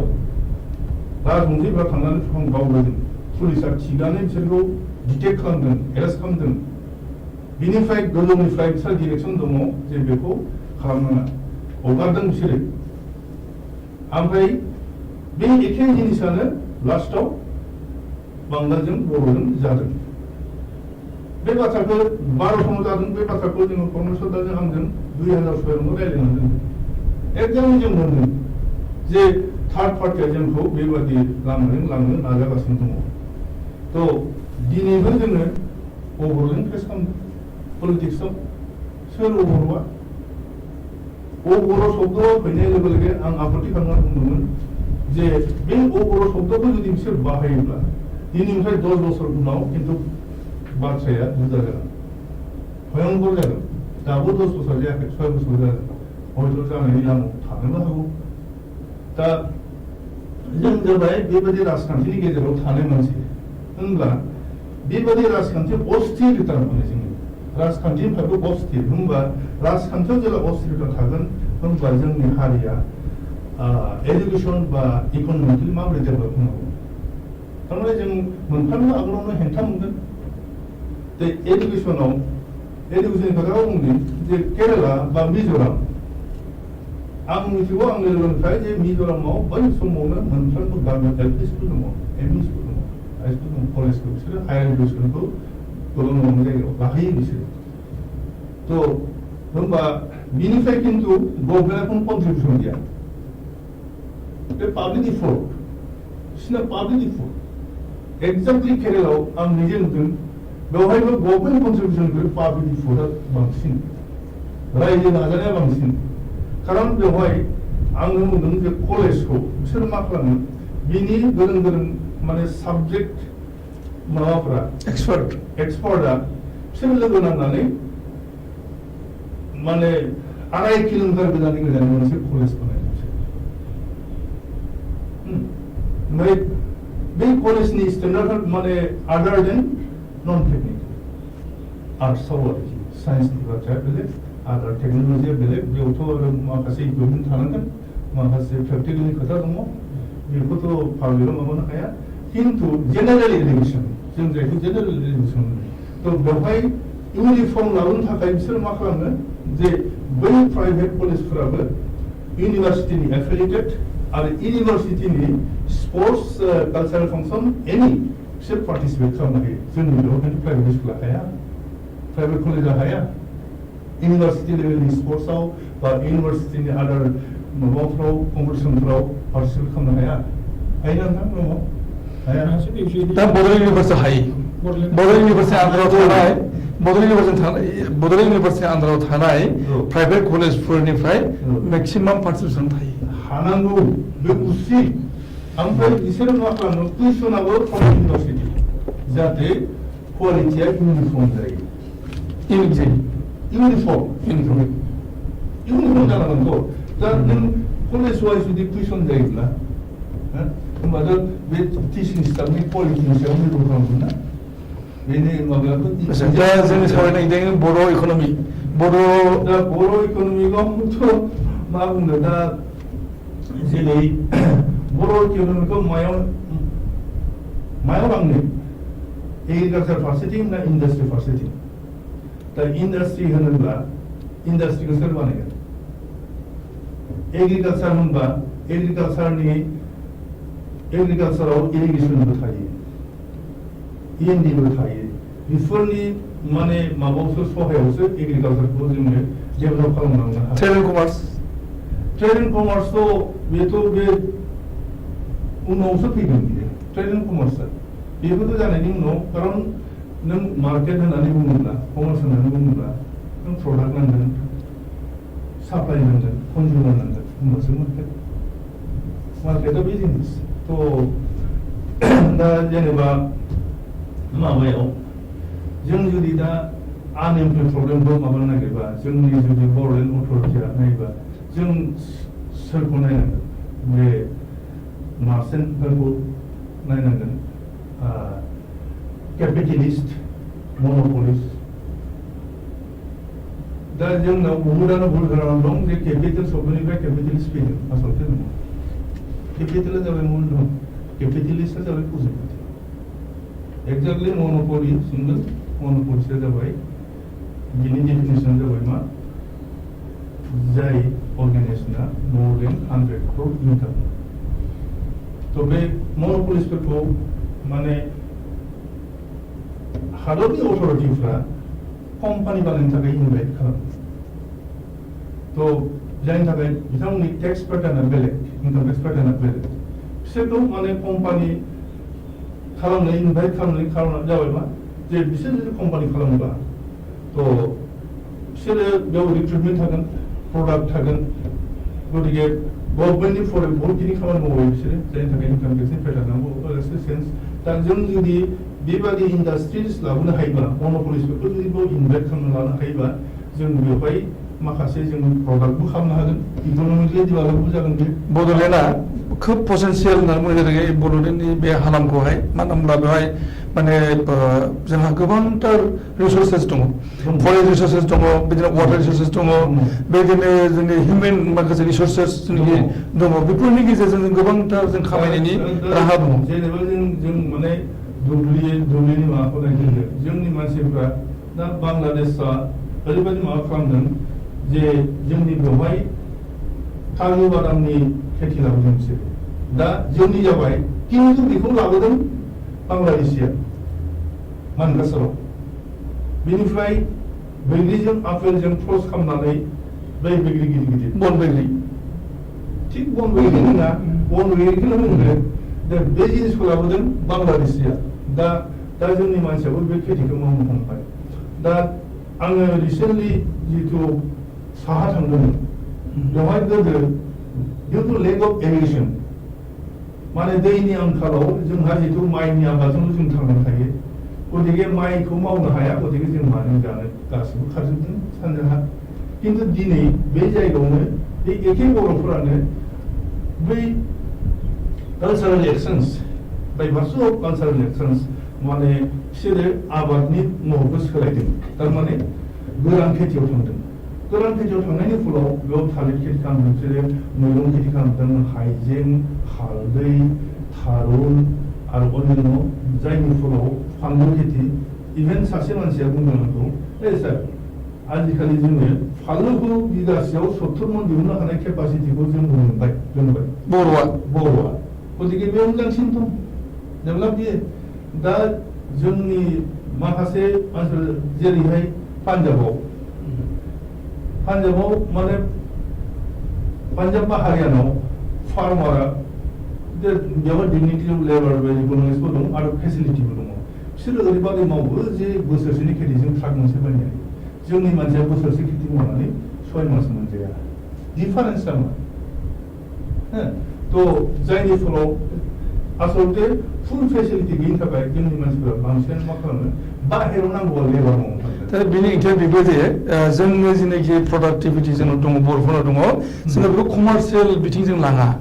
जोङो गावनो आन्था खेथि खालामो बेयावनो जोङो आन्दायनाङो दा जेरै जोंनाव दं गोबांथार रिसर्सेस दं जेरै नोंथाङा बुंबाय जे एग्रिकालचारनि खोथा दा मैगं थाइगंनि खोथा भेजिटेबल्स दा जोंनावहाय गोबांथार थास' बुथुरि जोङो बेखौ खाबानो मोनो बेखौ जोङो खेथि खालामनो हायो बे खेथिखौ खालामनाय जाया माइ गायनांगौ माइनि थिलियाव जोङो मालाबाबो थास'खौ गायनाय जायाखै मालाबाबो जों दिंखियाखौ गायनाय जायाखै मालाबाबो जोङो माने बे माबाखौ मानसि गालदाबखौ जोङो गायनाय जायाखै जि माबाया सानसेखालि जोंनो बे टुरिस्ट माबा अपेनिंआव बिथां खाम्फा बरगयारिया बुङोमोन जे माथिगालदाबखौ लानानै माने माथिगालदाबा टेस्ट गैया खिन्थु जों बर'फ्रा जायो माने टेस्ट गैयाबाबो हयथ' अमा बेदरजों जायो जों एसेबाबो टेस्ट मोनो फारसेथिं बेहा जे माखासे माने मुलिनि गुन दङ जों खिन्थु मिथिया हला बे जिनिसखौ जोङो इउज खालामनांगासिनो दङ जायनि थाखाय लासै लासै दिनै बे जिनिसा पपुलार जाबाय आरो दिनै क'क्राझाराव सासे मानसिया बिगाबानि माथिगालदाब आबाद मावदों जाय मानसिया फुल साप्लाइखौनो होनो हाबावाखै फारसेथिं जोंनि माबायाव जेनेबा कटेज इन्डास्ट्रि हिसाबै जोंनि बेवहाय जों मा मोनो खालि इन्दि होननाय इन्दियाव जों बाहायो एम्फौ लाथा थ' बिथाङा होनदों आं थिग नामफोरखौ बुंनो हानाय नङा जे जोंनि बेवहाय माने मोनबा माने पृथिबियाव मोनबा एम्फौ लाथा माबा दङ जात दङ औ जात दङ थ' जोंनि बेवहायबो बे एम्फौ माखासेया दंजोबो खिन्थु जोङो एम्फौ लाथाखौल' बाहायो वायरास थाइलेण्डआव जोंनि बेवहाय जिथु आमलि होनो जोंनि थाइजौआव थायो थाइलेण्डआ खिन्थु बिनिफ्राय बोखांजोबनानै बिनिफ्राय बेवहाय बिसोरो बेवहाय सिल्क इन्डास्ट्रियाव बेनिफ्राय जेरै जापान बिसोरनाबो बेलेग एम्फौआ बेलेग चाइनाव बेलेग ओमफ्राय जोंना मोजां मोनसे सिम्पटम मोनदों जे बे जाहाराव दिनै आरो मोनसे धरननि एम्फौ ओंखारबावदों बे नाम्बार 6 दा बेबो जों बड'लेण्डनि हाग्रायाव फानबारियाव नों गोजानाव थांनाङा नोंनि जायगायाव जोंनि बिस किल'मिटार गोजानाव बेवहाय ओंखारदों मोनदों दा बाथ्रा जादों मा बेखौ जोङो इस्टाब्लिस खालामनो हानांगोन बे हिसाबै जोङो टेकनिशियान मानसिबो नांगोन माने बेखौ जुदि जों लार्ज स्केलाव इउटिलाइज खालामनो नोंथाङाथ' गोबावथार सम माने LICI जों नांथाबनानै दङमोन साख्रि मावनायनि असिला लानानै दा बेवहाय नोंथाङा माबायदि मोनदों जे बर' मानसिफोरनि इनभेस्टमेन्ट आसलते आङो लाइफ इन्सुरेन्सनि नामाव जिखिनि एरियायाव खामानि मावदों गासिबो ट्राइबेल एरिया जेरै बिजनि दुधनৈ क'क्राझार गसाइगाव डिफु शिलं आंनि माने कर्मजायगाया माने एन्टायरलि ट्राइबेल आं अल एलं इन दि नेम अफ इन्सुरेन्स ट्राइबेल मानसिजोंनो माबा खालामदों खिन्थु बेवहाय आं नुदों जोंनि मानसिफ्रा आसलते बहुत खेत्रआव इनकाम दंबाबो सेभिंसनि खेत्रआव कनजारभेटिभ सेमथा थारमाने जोंनाव जों जायखौ माने सिम्पल इंलिसाव बुंनो नालायमोन माने फिउचार प्लेनिंआ जथेस्थ खम आरो दा आं जायनि थाखाय बहुत मानसिखौ बुंदोंमोन एनकारेज खालामदों जे जोंनि बर'नि न'आव थाङोबा जेसेखि गोनां जाया मा नुयो जे जोंनि जेनेरेसननिफ्राय जोंनि माबाखौ जों स्टार्ट खालामदों हयरास जों जुदि गुबुन हारिनाव थाङोबा बिनि बिबौनि बिनि फरफादारनि बै मुलुग सियार बै बोले सौखि उमुक थुमुक बिसिनाव माने बेबायदि मोनसे माबा दं लाइक ए मिउजियाम फरफादारनि थारमाने बिसोर फरफादार समनिफ्रायनो माबायदि डेभेलप माबायदि जिनिस दङ बिसिनाव हयरास जोंनाव जोंनि बिबौनि माबा आबैनि देखायनाय बुस्थु जेबो गैया जोंनाव थारमाने बिसोरबोहाय जन्म लादों जेला माबा मोनसे मावना जागोन दाबो जों बुङो जों बिदि थांनो हागोन बिसोरो मानो बिदि थांनो हाया आसलते जेनेरेसन फिसिनाया बेबायदि जागोन मोनसे लं टार्म प्लेनिं थागोन सर्ट टार्म प्लेनिंआ थागोन फर प्रेजेन्ट किन्तु लं टार्म प्लेनिंआबो थानांगौ बे खेत्रआव जोंनि मोनसे जों नोंथांनि सायाव फैफिनगोन जोङो दान्दिसे ब्रेक लानो नागिरदों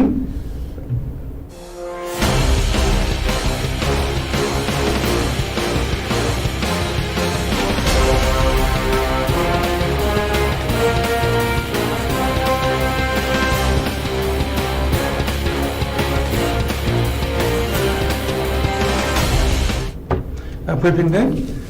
जों सावरायबाय थादों बर' हारिनि अलखद सोलोंथाइ रांखान्थिनि बिथिङाव जों दिनै जर'खायै सावरायदों लाइनाव दङ बर' थुनलाइ आफादनि आफादगिरि मैया मेट्रिक आनजादाव बांसिन नम्बर लाखिनो हानाय बर' बिजोंनि फरायसुलि बिदिसा खाख्लारि दा जों सावरायनि जों फैदों डाइरेक्टर अफ एडुकेसन बिटिसि नोंथाङा सोलोंथाइनि बिथिङाव जेनाखि जों असुबिदा जाबाय थादों बर' हारिया बेनि सायाव बानबुंथि होदोंआनो दा समावहाय जोङो नोंथांनो मिथिनो लानि जे सोलोंथाइनि जेनाखि बिथा होनना बुङोब्ला जों बुंनो हायो मेट्रिक फाइनाल आनजाद मेट्रिक फाइनाल आनजादा फैगौ समाव थागोन थाया बुंनो हालिया मानो होनना बुङोब्ला दा national education system new education policy जुदि जादों बेवहाय मेट्रिक थानाय नङा आप टु 12 सिम थांनाय जागोन सेकेन्डारि सेक्सनखौ थाखो 10 सिम लांनो नागिरदों दा बे बिथिङावहाय गोबांथार प्रिपारेसन अलरेडि जाखाबाय दा नोंथाङा मा फिल खालामदों जे बर' मिडियामनि फरायसाफोरा एबा भार्नाकुलारनि फरायसाफोरा मा बिथिङाव लानानै प्रब्लेम फेस खालामो बे बर' बिजोंनि जेनाखि प्रब्लेम बे प्रब्लेमनि सायाव गोबांथार रायलायनायबो जादों आरो दहाय जोंहा लाइनाव दङ माराथन दङ लाइनावहाय स' बर' साहित्य सभाजोंबो आरो बिटिसि गभर्नमेन्टजोंबो बहुतबार रायलायनानै बेबायदि मोनसे एवारनेस केम्पेइन प्रत्येक स्कुलावनो प्रत्येक गामियावनो बेबायदि एवारनेस केम्पेइनबो लानाय जादों मास मोनसे केम्पेइन लानाय जादों बे समाव जे जोङो बर' मिडियामखौ बा बर' बिजोंखौ जों माबोरै लाखिनो हायो खारन दा ओरैबायदि अलखद मोनसे सम जों बुंजायो जे जोंनियावहाय जिहेतुके इंराजि मिडियामाव हरनायनि बा इंराजि मिडियामाव फोरोंनायनि गार्जेनफ्रा मोनसे प्रबनता नोंनि रिजाल्ट इंराजि मिडियामावल' मोजां जादों ने जोंनि बे माने प्रभिन्सियेलाइज जोंनि रिजनेल लेंगुवेजनि स्कुला रिजाल्ट मोजां जादों जायाखै बेजोंबो खोथा गैया खिन्थु सोरबाया जोंनि बे प्रबनताया मा इंराजि मिडियामाव जों हरथारनांगौ दा जों इंराजि मिडियामावबो जों नुबाय थादों जे रिजाल्टआ खिन्थु बिसिनावबो मोजां नङा बहुत इंराजि माने मिडियाम स्कुलनि रिजाल्टआ एखेबारे मोजां नङा आरो जों नुबावदोंसो मा जे आं एक्सपिरियेन्सआव बेखौ सम सम बुंबाय थायो जे इंराजि मिडियामाव फोरोंनाया एक्चुअलि जाय बिमा बिफाया इंराजियाव एसे मोजांखा बा एसे गथ'खौ दिथा होनो हायो बेबादिनो गार्जेननि गथ'खौसो जों एसे मोजां जानाय नुदों बाखि माने न'आव एसे बेकग्राउन्ड थानांगौ बाखि जाय इंराजि मिडियामाव हरथारनांगौ होननानै गावबो रोङा न'आवबो नाया जास्ट टिउसनावल' हगारदों बेबायदि गथ' अनेक गाज्रि जानायखौ जों नुगासिनो दङ लास्टआव ओरैबायदि जाहैदों जे गथ'आ जिहेतुके इंराजि मिडियामाव फरायदों इंराजिनि बिराद मोजां बे रायलायनो रोंगौ रायलायनाया गिदिर खोथा नङा इंराजिनि गतिके जिहेतुके गाव इंराजि मोजां रायलायनो रोंगौ बिमा बिफाया जाम्बा जाम्बि थ' नोंसोरलाय मा रोङो बेबायदि मोनसे हाबनानै गावसोरखौनो बिराद गोजौआव दोननानै मानसिया माने बे गथ'आ उनाव थांनानै माने जास्ट मेट्रिक पास जाबाय बिनि उनाव जेबो गैया बेबायदिखौ जों देख नुगासिनो दं दा ओंखायनो थ' आसलते आं सानो जे बर' बिजोंजों बा गावनि लेंगुवेजजों जुदि फरायोब्ला बेयाव जों मोनसे जिनिसखौ जों स्ट्रेस होनांगौ जे इंराजि जेनाखि साबजेक्ट बे साबजेक्टखौ जोङो इलिमिनारि सेक्सननिफ्रायनो जों बेखौ स्ट्रेस होनांगौ आरो बे स्ट्रेसआ ओरैबायदि जे जोङो बर' बिजोङाव फरायनानै बा असमिया मिडियामाव फरायनानै जेला जोङो माने मेट्रिक बारहोयो जेला कलेजाव जों थांनांगौ जायो जों बेहाय एसे इनफेरिटि कमप्लेक्सआ जोंहा भुगियो न' दाउट खारन इंराजिखौ जों सल रायलायनो रोंला जों लिरनो हायो ग्रामारावबो जों लिरनो हायो नङा होमब्ला दा बे जिनिसखौ जों ओंखायनो इसे दस्रा स्टाइलनि जोंनि जेनाखि टेकनिक जोंनि जेनाखि मेथड जे गथ'फोरखौ जों माबोरैहाय इंराजि रायलायहोनो हानाय बेबायदि टेकनिकजों जों माने फोरोंलांनांगौ बे जिनिसखौ जों स्ट्रेस होनांगौ आरो बेखौ जों हायो आसा बुंनो नागिरदों बे जाहैबाय जे दाथ' नोंथाङाथ' डाइरेक्टर जानानै दङ थांनाय एप्रिल 1 तारिखनिफ्राय नोंथाङा बिनि आगोलावबो सोलोंथाइ बिफानजोंनो दंफाखायोमोन इन्सपेक्टर अफ स्कुल्सनि बिबानाव दंखायो नोंथाङा सोलोंथाइजोंनो दंबाय थाखायो दा बे नोंथांनियाव गोबांथार एक्सपिरियेन्स दङ आरो मोनदांनाय दङ जे बर' एबा गुबुन रावारि जेनाखि स्कुलफोर दङ बैसोरखौ दा एलपि स्कुल लेभेलनिफ्रायनो प्राइमारि स्कुलनिफ्रायनो इंराजि फोरोंनो थाखाय राहा लानाय जादों दा बे स्टप जानानै दं नामा? स्टप जायाखै खिन्थु जोंनि फोरोंनाय स्टाइला आलादा जों जाहैबाय जे ग्रामारखौ जोङो बेस खालामो जोंनि फोरोंनायाव खिन्थु जोङो स्टार्टिंआवनो जों ग्रामारजों गथ'फोरखौ जों फोरोंनो नाङा बे मोनसे टेकनिक बे मोनसे नियम जे गथ'खौ जोङो माने जों लेंगुवेजखौ इउजुवेलि ग्रामारजों जों सोलोङा जेरै जोङो बर'खौ जों खुनु ग्रामार सोलोङाखै असमिया आंथ' ग्रामारखौनो फरायबावाखै खिन्थु जों बर' रायलायनाया जोंनाबो हयथ' भुल जाया असमियाखौबो जों ग्रामार दा सोङोबा जों मोनसेबो मिथिया खिन्थु इंराजियाव जोंखौ ग्रामार सोङोबा जों मोनथियो वाइरास जोंनि रायलायनाया इंराजियावसो जोंना प्रब्लेमसिन जायो मानोना जों ग्रामार बेस्ड जों ग्रामार बेस्ड गतिके जों ग्रामार बेस्ड खालामनो नाङा जोङो स्पिकिं माने बेस्ड खालामनांगौ जों गथ'फोरखौहाय मुखास्थ' फर्म माने सेन्टेन्सखौसो जोङो गथ'फोरखौ मुखास्थ'सो खालामनांगौ साप'ज दिस इज ए काउ नङा होमबा बे दिसआ मा जिनिस आइ इसआ मा जिनिस एआ मा जिनिस काउआ मा जिनिस साबजेक्ट भार्बनो माबानो खर'आवनो गरम जासै बुजिदोंथ' दा ओंखायनो गथ'आ माखासे स्ट्राक्चारफोरखौ बेयो जेरै एक्सनजों जुदि बुंनो हाबाय नङा होमब्ला एक्सनजों जुदि बुंनो हाबाय साप'ज सानसेयाव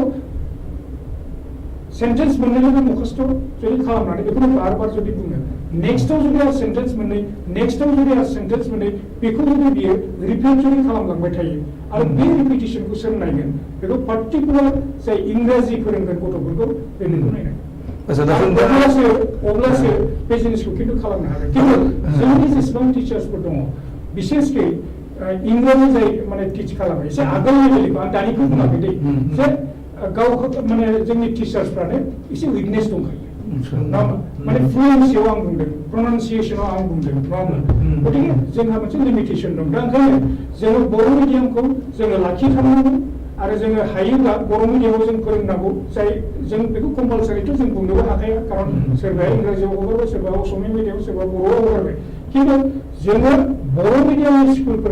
स्कुलफोराव जाय इंराजि फोरोंगोन बिसोरखौ मोजां मोनसे ट्रेनिं होनानै जाहाथे जों गथ'फोरखौ एसे कलकलियाखै जाहाथे बे बुंनो हायो बेखौ लाबोनानैसो एसे माने सेन्टेन्सनि आइडिया थाखांनायनि उनावसो जों ग्रामारखौ फैनांगौ दाथ' नोंथाङा डाइरेक्टर जाफैबाय डाइरेक्टर अफ एजुकेसन बिटिसि दा बिसोर नोंथाङा बेफोर मेजारखौ लानो हायो जों लानो हायो आरो लानो हायो खिन्थु खोथाया जाहैदों मा जिहेतुके जोंहा ट्रेनिं जाखायो बे ट्रेनिंआ जोङो सम ट्रेनिंनि उनाव जानायखौ जों नुबाय थायो खारन आं मिथियो जे आङो माने 1998 निफ्रायनो आङो माने डाइटआव आं लेक्सारारमोन डाइटआव आं दंमोन district institute of education and training गतिके बेवहायबो जोङो अनेक मास टिचार्स ट्रेनिं होनाय जादों खिन्थु बेवहाय मा जायो सम जे स्टेट लेभेलाव जे जिनिसखौ माने फोरोंहरगोन डिस्ट्रिक्ट लेभेलाव जेखौ फोरोंहरगोन टिचार्सफोरनो जेखौ फोरोंहरगोन बे जिनिसा ग्रासरुट लेभेलाव खिन्थु इमप्लिमेन्टेसना एसे खम सौहैया खारन खुनु दिन एक्टिभिटि बेस्डआव जोंनि टिचार्सफोरखौ फोरोंनाय जों इउजुवेलि नुवा आरो जाय टिचार्सफोरा एक्टिभिटि बेस्डखौ बेस्ट खालामनानै फोरोंगासिनो दं बेबायदि स्कुलनिया खिन्थु मोजांबो जाबोगासिनो दं दा नुनो मोनदों जे प्राइभेट स्कुल आरो सरकारि स्कुलाव ट्रेन टिचार्सफोरखौसो एंगेजमेन्ट खालामनाय जादों बिथांमोना बिएड दं बिएड नङाब्ला बिथांमोनखौ सोनाय जायाखै थिसननाय जायाखै साख्रियाव टेट पास खालामनाय जादों टेट पास खालामाखैबा बिथांमोनखौ सोआखै गभर्नमेन्ट फरायसालिफोराव नाथाय प्राइभेट फरायसालिफोराव टेट एबा बिएडनि खोथा गैया बिथांमोना जायखिजाया मानसिखौनो थिसननायनि गेजेरजों प्रभाइड खालामो बे मोननै खोथा दं एसे सोरबा बुंदोंमोन आरो फरायनायाबो बुंदोंमोन नामा जे इउजुअलि जेब्ला जोङो सासे गथ'नि रोंनायखौ जोङो जेब्ला नायगोन अब्ला बेवहाय पेरेन्ट्स आरो टिचारनि नङा होमब्ला कर्डिनेसन नांगौ पेरेन्ट्स आरो टिचारा एसे जुदि कर्डिनेट खालामलायाबा जोङो बे गथ'निफ्राय बारा आसा खालामनो हाया जुदि गथ'आ मोजांखाब्ला बे आलादा खोथा खिन्थु साबसे गथ'आ मोजांखा नंगौना नङा दा बाथ्राया जाहैदों जे जोंनि रिजनेल लेंगुवेजाव दा जाय हाबगासिनो दं कम्पेयाराव खिन्थु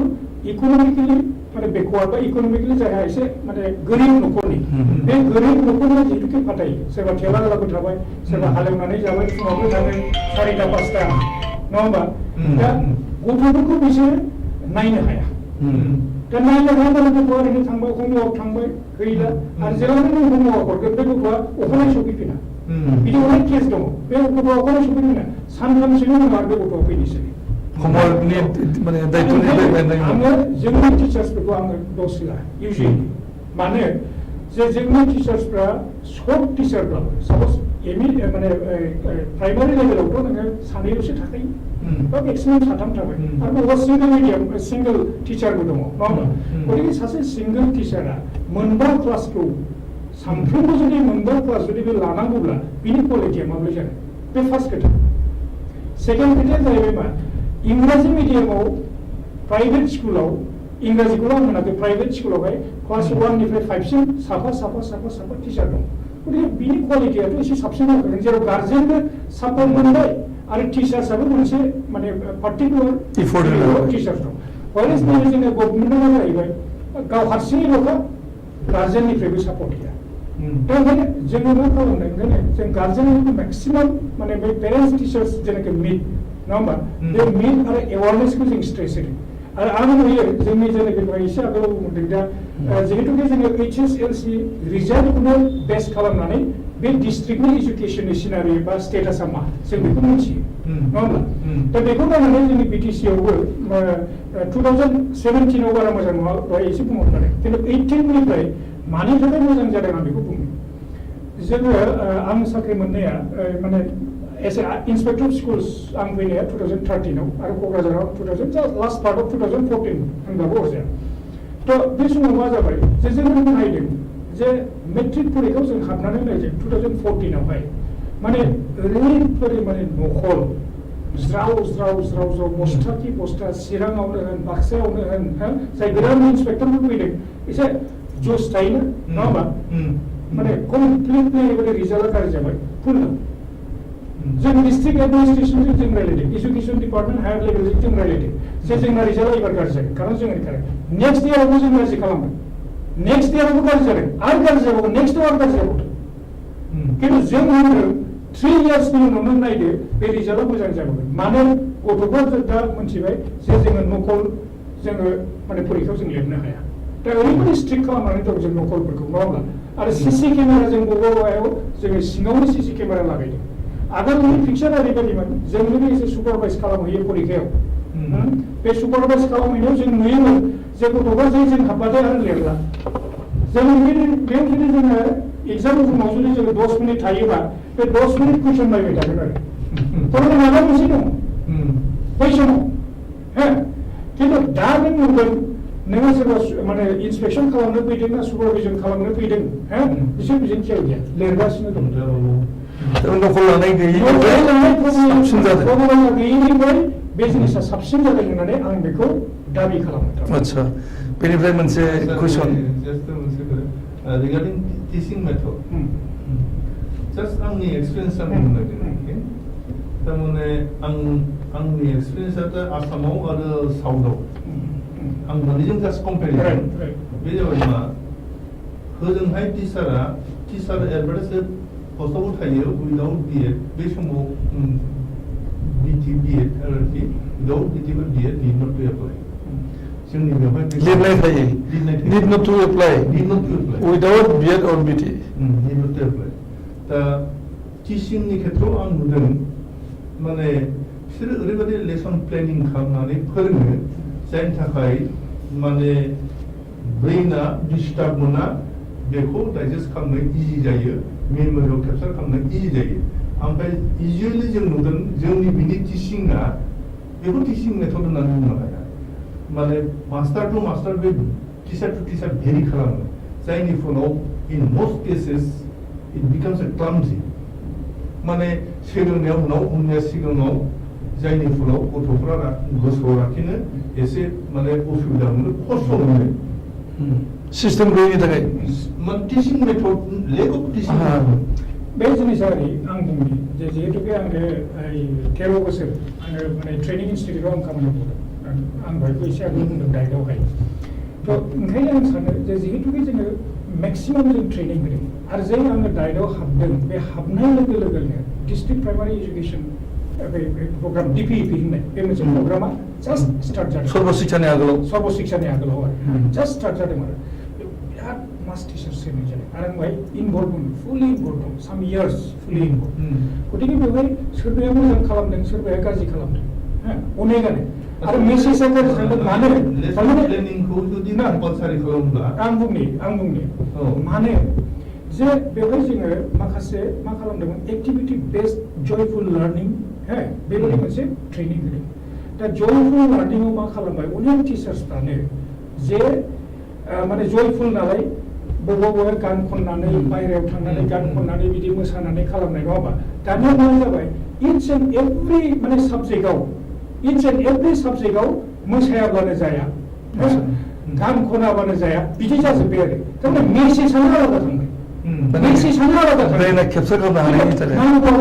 राइटिंसफ्रावबो नांगौमोन बेफोरनि मेथ्सफोरनि हयथ' बै अनजिमानि गियानफोर होनायफ्रावबोथ' नांगौमोन खिन्थु दानिया ओरैबायदि जाहैदों बे समाव जे गासिबो साबजेक्टआवनो स्टार्टिंआवनो मोसाग्रोनोसै स्टार्टिंआवनो माने गान खनगोन दानिया मा जाहैबाय ओरैबायदि रिएक्सन जाबाय ग्रासरुटआव जे डिपिइपिआ गासिबो गथ'फोरखौ फाग्ला खालामजोबसिगोन गानल'सै मोसानायल'सै दा खिन्थु एक्जेक्टलि बे नङामोन जोंनि माखासे टिचार्सफ्रा बे कनसेप्टखौ हमनो हायैयाव बेबायदि जादों आरो दा एसे आगोलाव लेसन प्लाननि खोथाखौ बुंदों लेसन प्लान नङाब्लाथ' सासे टिचारा रुमावनो हाबनो नाङा फार्स्ट ट्रेनजेक्सनावनो हाबनो नाङा नियमा मानो होननानै बुङोब्ला लेसन प्लाननि मेइनआ जाहैबाय जे कम्पिटेन्सि होनो जे आं दिनै नैबे पिरियडआव नङा होमब्ला आं खैथा आं कम्पिटेन्सि लागोन हयथ' आं मोनथाम कम्पिटेन्सि लाबाय नङा होमबा बे कम्पिटेन्सिनि सायावनो आं गथ'फोरखौ आं ट्रेनजेक्सन होगोन जोंहा सावरायनो गोबांथार सम गैया गोबांथार सावरायनांगौ दङ दा मोनसे कुइसन बे जाहैबाय जे दहायनो जों सावरायनाय जादों बर' थुनलाइ आफादनि आफादगिरियाबो बुंदों जे थांनाय 2000 मायथाइयावनो बर' थुनलाइ आफादा साननाय हनाय खालामदोंमोन जे माने मेट्रिक आनजादनि जेनाखि खुंथायसालि बा सेबाया जे खुङो तदुप सेबाया जेनोखि हाई माद्रासानि मोनसे एरेन्जमेन्ट खालामनाय जादों दा बर'नि थाखायबो बर'नि थाखाय आलादा एग्जामिनेसन बर्ड थानांगौ बिनि थाखाय सानलाय हलाय खालामदोंमोन अबयसे दासिम दाबिनाय जायाखै दा बे बेलायाव नोंथांनि बानबुंथिया मा जे जिहेतु दा समावहाय बर' बिजोंनिफ्राय रावबो माने पजिसन आवथायनो हानाय जायाखै 2019आव आवथायनो हानाय जादोंमोन माने बिबुंसार बसुमतारी होननाया आरो मैयानि रिजाल्टआव 3 नम्बरनि थाखाय आवथायनो हायाखै सासे दा बर'नि थाखाय आलादा एग्जामिनेसन बर्ड जुदि जायोब्ला जों मिजिं खालामनो हागोन नामा जे बर'निफ्रायबो गोबांथार मार्क केरि खालामनायनि गेजेरजों मेट्रिक पास जागोन एबा आनजादसालियाव मोजाङै उथ्रिनो हागोन बे समाव आंनि थाखाय बे खोथाया एसे उसुबिदा जायो बुंनो नङा होमब्ला खारन जिहेतुके आङो गभर्नमेन्टनि आन्दाराव आं सासे अफिसार गतिके आं दा मोनदांथिनो लुबैदों जोंनिया खोथाया जाहैदों मा जे गभर्नमेन्टआ जोंखौ माने मा डिसिसन लागोन गभर्नमेन्टआ मा डिसिसन लायो बे डिसिसन मथेसो जों सोलियो आरो दिनैहाय आं बे खोथाखौबो आं बुङा जे सापज सेबाया दिनैहाय माने मोनसे रिजाल्ट ओंखारबाय बे रिजाल्टआव हयथ' नैबे 3 नाम्बार मोनैनि थाखायनो थाङाखिसै नङा होमब्ला हयथ' बेहायबो सोरनिबा डिप्राइभेसन जादों बा जायाखै बेखौबो आं बुंनो लुबैबाय गोबांथार हयथ' रिजन थायो आरो बे खोथाखौ दहाय जोंना माने तरेनदायानो एसे मोजाङै आदायानो मोजाङै बुंखादों बे खोथाफोरखौ नङा होमबा गतिके बेवहाय आंहा बुंनांगौ जेबो गैया जुदि जोंनि संगठनफ्रा हजोंहाय जुदि रायलायनानै गभर्नमेन्टफोरजों रायलायनानै जुदि लाबोयोबा लाबोगोन आरो लाबोनो हायाबा बे माने बे गभर्नमेन्टनि डिसिसन पियरलि गभर्नमेन्टनि डिसिसन आरो जों जिहेतु गभर्नमेन्टनि आन्दाराव मावो थ' गभर्नमेन्टआ जे डिसिसनखौ लागोन जोंनो जे इन्सट्राक्सन हरगोन बे इन्सट्राक्सन मथे जों खामानिखौ इमप्लिमेन्ट खालामगोन आरो fully जों दा बर' थुनलाइ आफादा एबा बर'नि माबा मोनसे गौथुमा दाबिनानै लाबोबाय सेपारेट माने एग्जामिनेसन बर्ड जाबाय बर' बिजोङाव दा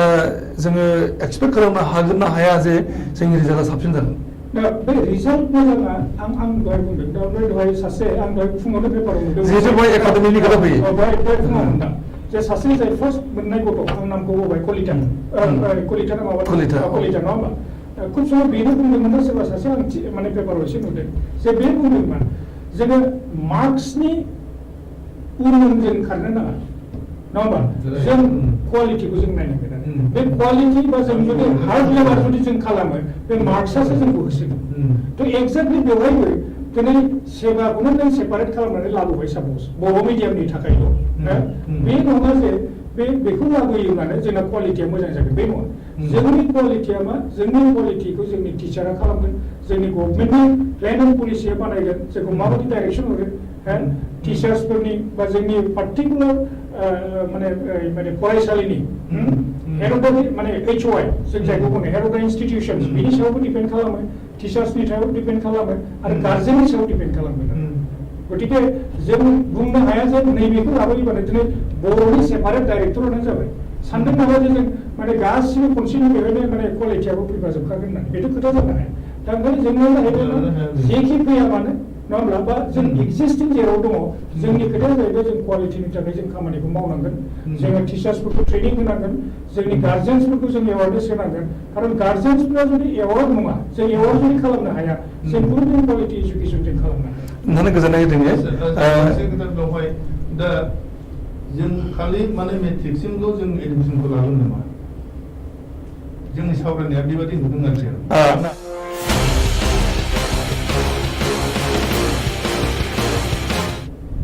फिनिशिंआ मा जागोन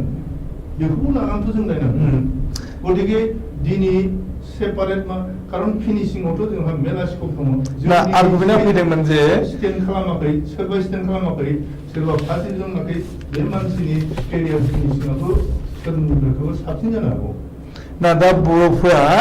एथ' बोसोर 1976 में आरम्भ खालामनाय मेट्रिक होनाया दिनैसिम एफा 41 इयार्स माने जों क्रस खालामनाय दा बे सप्तायाव नोंनि देब्राइबा बे मेट्रिक लेभेलाव नोंखौ देब्राइब खालामदों हमनानै लाबाय जोंखौ देब्राइब खालामदों खिन्थु बिनि उनाव जोंहा बेयाव नुवाखैना बिनि उनाव जों आर्टसो खालामदों जोंनि सिगाङावथ' मेला दंबायोना जों आसामनि बाहेरायाव थांनानैथ' जोंनि केलेबरखौ जों देखायनो हायोना दा जोंनि डिमान्डआ बर'फोरनि डिमान्डआ बे जादोंमोन जे थुनलाइ बर' फरायसा आफादा जेब्लानाखि बर'लेण्ड आन्दलनखौ आरम्भ खालामजेनो 1987 बे समाव बानबुंथि लाबोनाय जादोंमोन बेखौबो जे माने बर'फोरा आनजादाव मोजां होब्लाबो मार्क मोननो थाङा खारन जोंखौ डिप्राइभ खालामबाय थानाय जादों बेखौ आर्गुमेन्टआ फैदोंमोन आरो दिनैसिमबो बे जाबाय थादों नों जेने थेने मेट्रिक पास खालामनानै बाहेरायाव थाङोना नोंहाथ' स्कप दंना ओंखारनायनि ना बिनि उदाहरन दङ दिनैसिम 41 इयार्सआव अनलि सासेल' जों स्टेन्ड मारिफेरनाय बेथ' माने इम्पसिबल बाथ्रा बर'फ्रा बेखौ नामा जे माने गोरों बोथोरनि नामा जे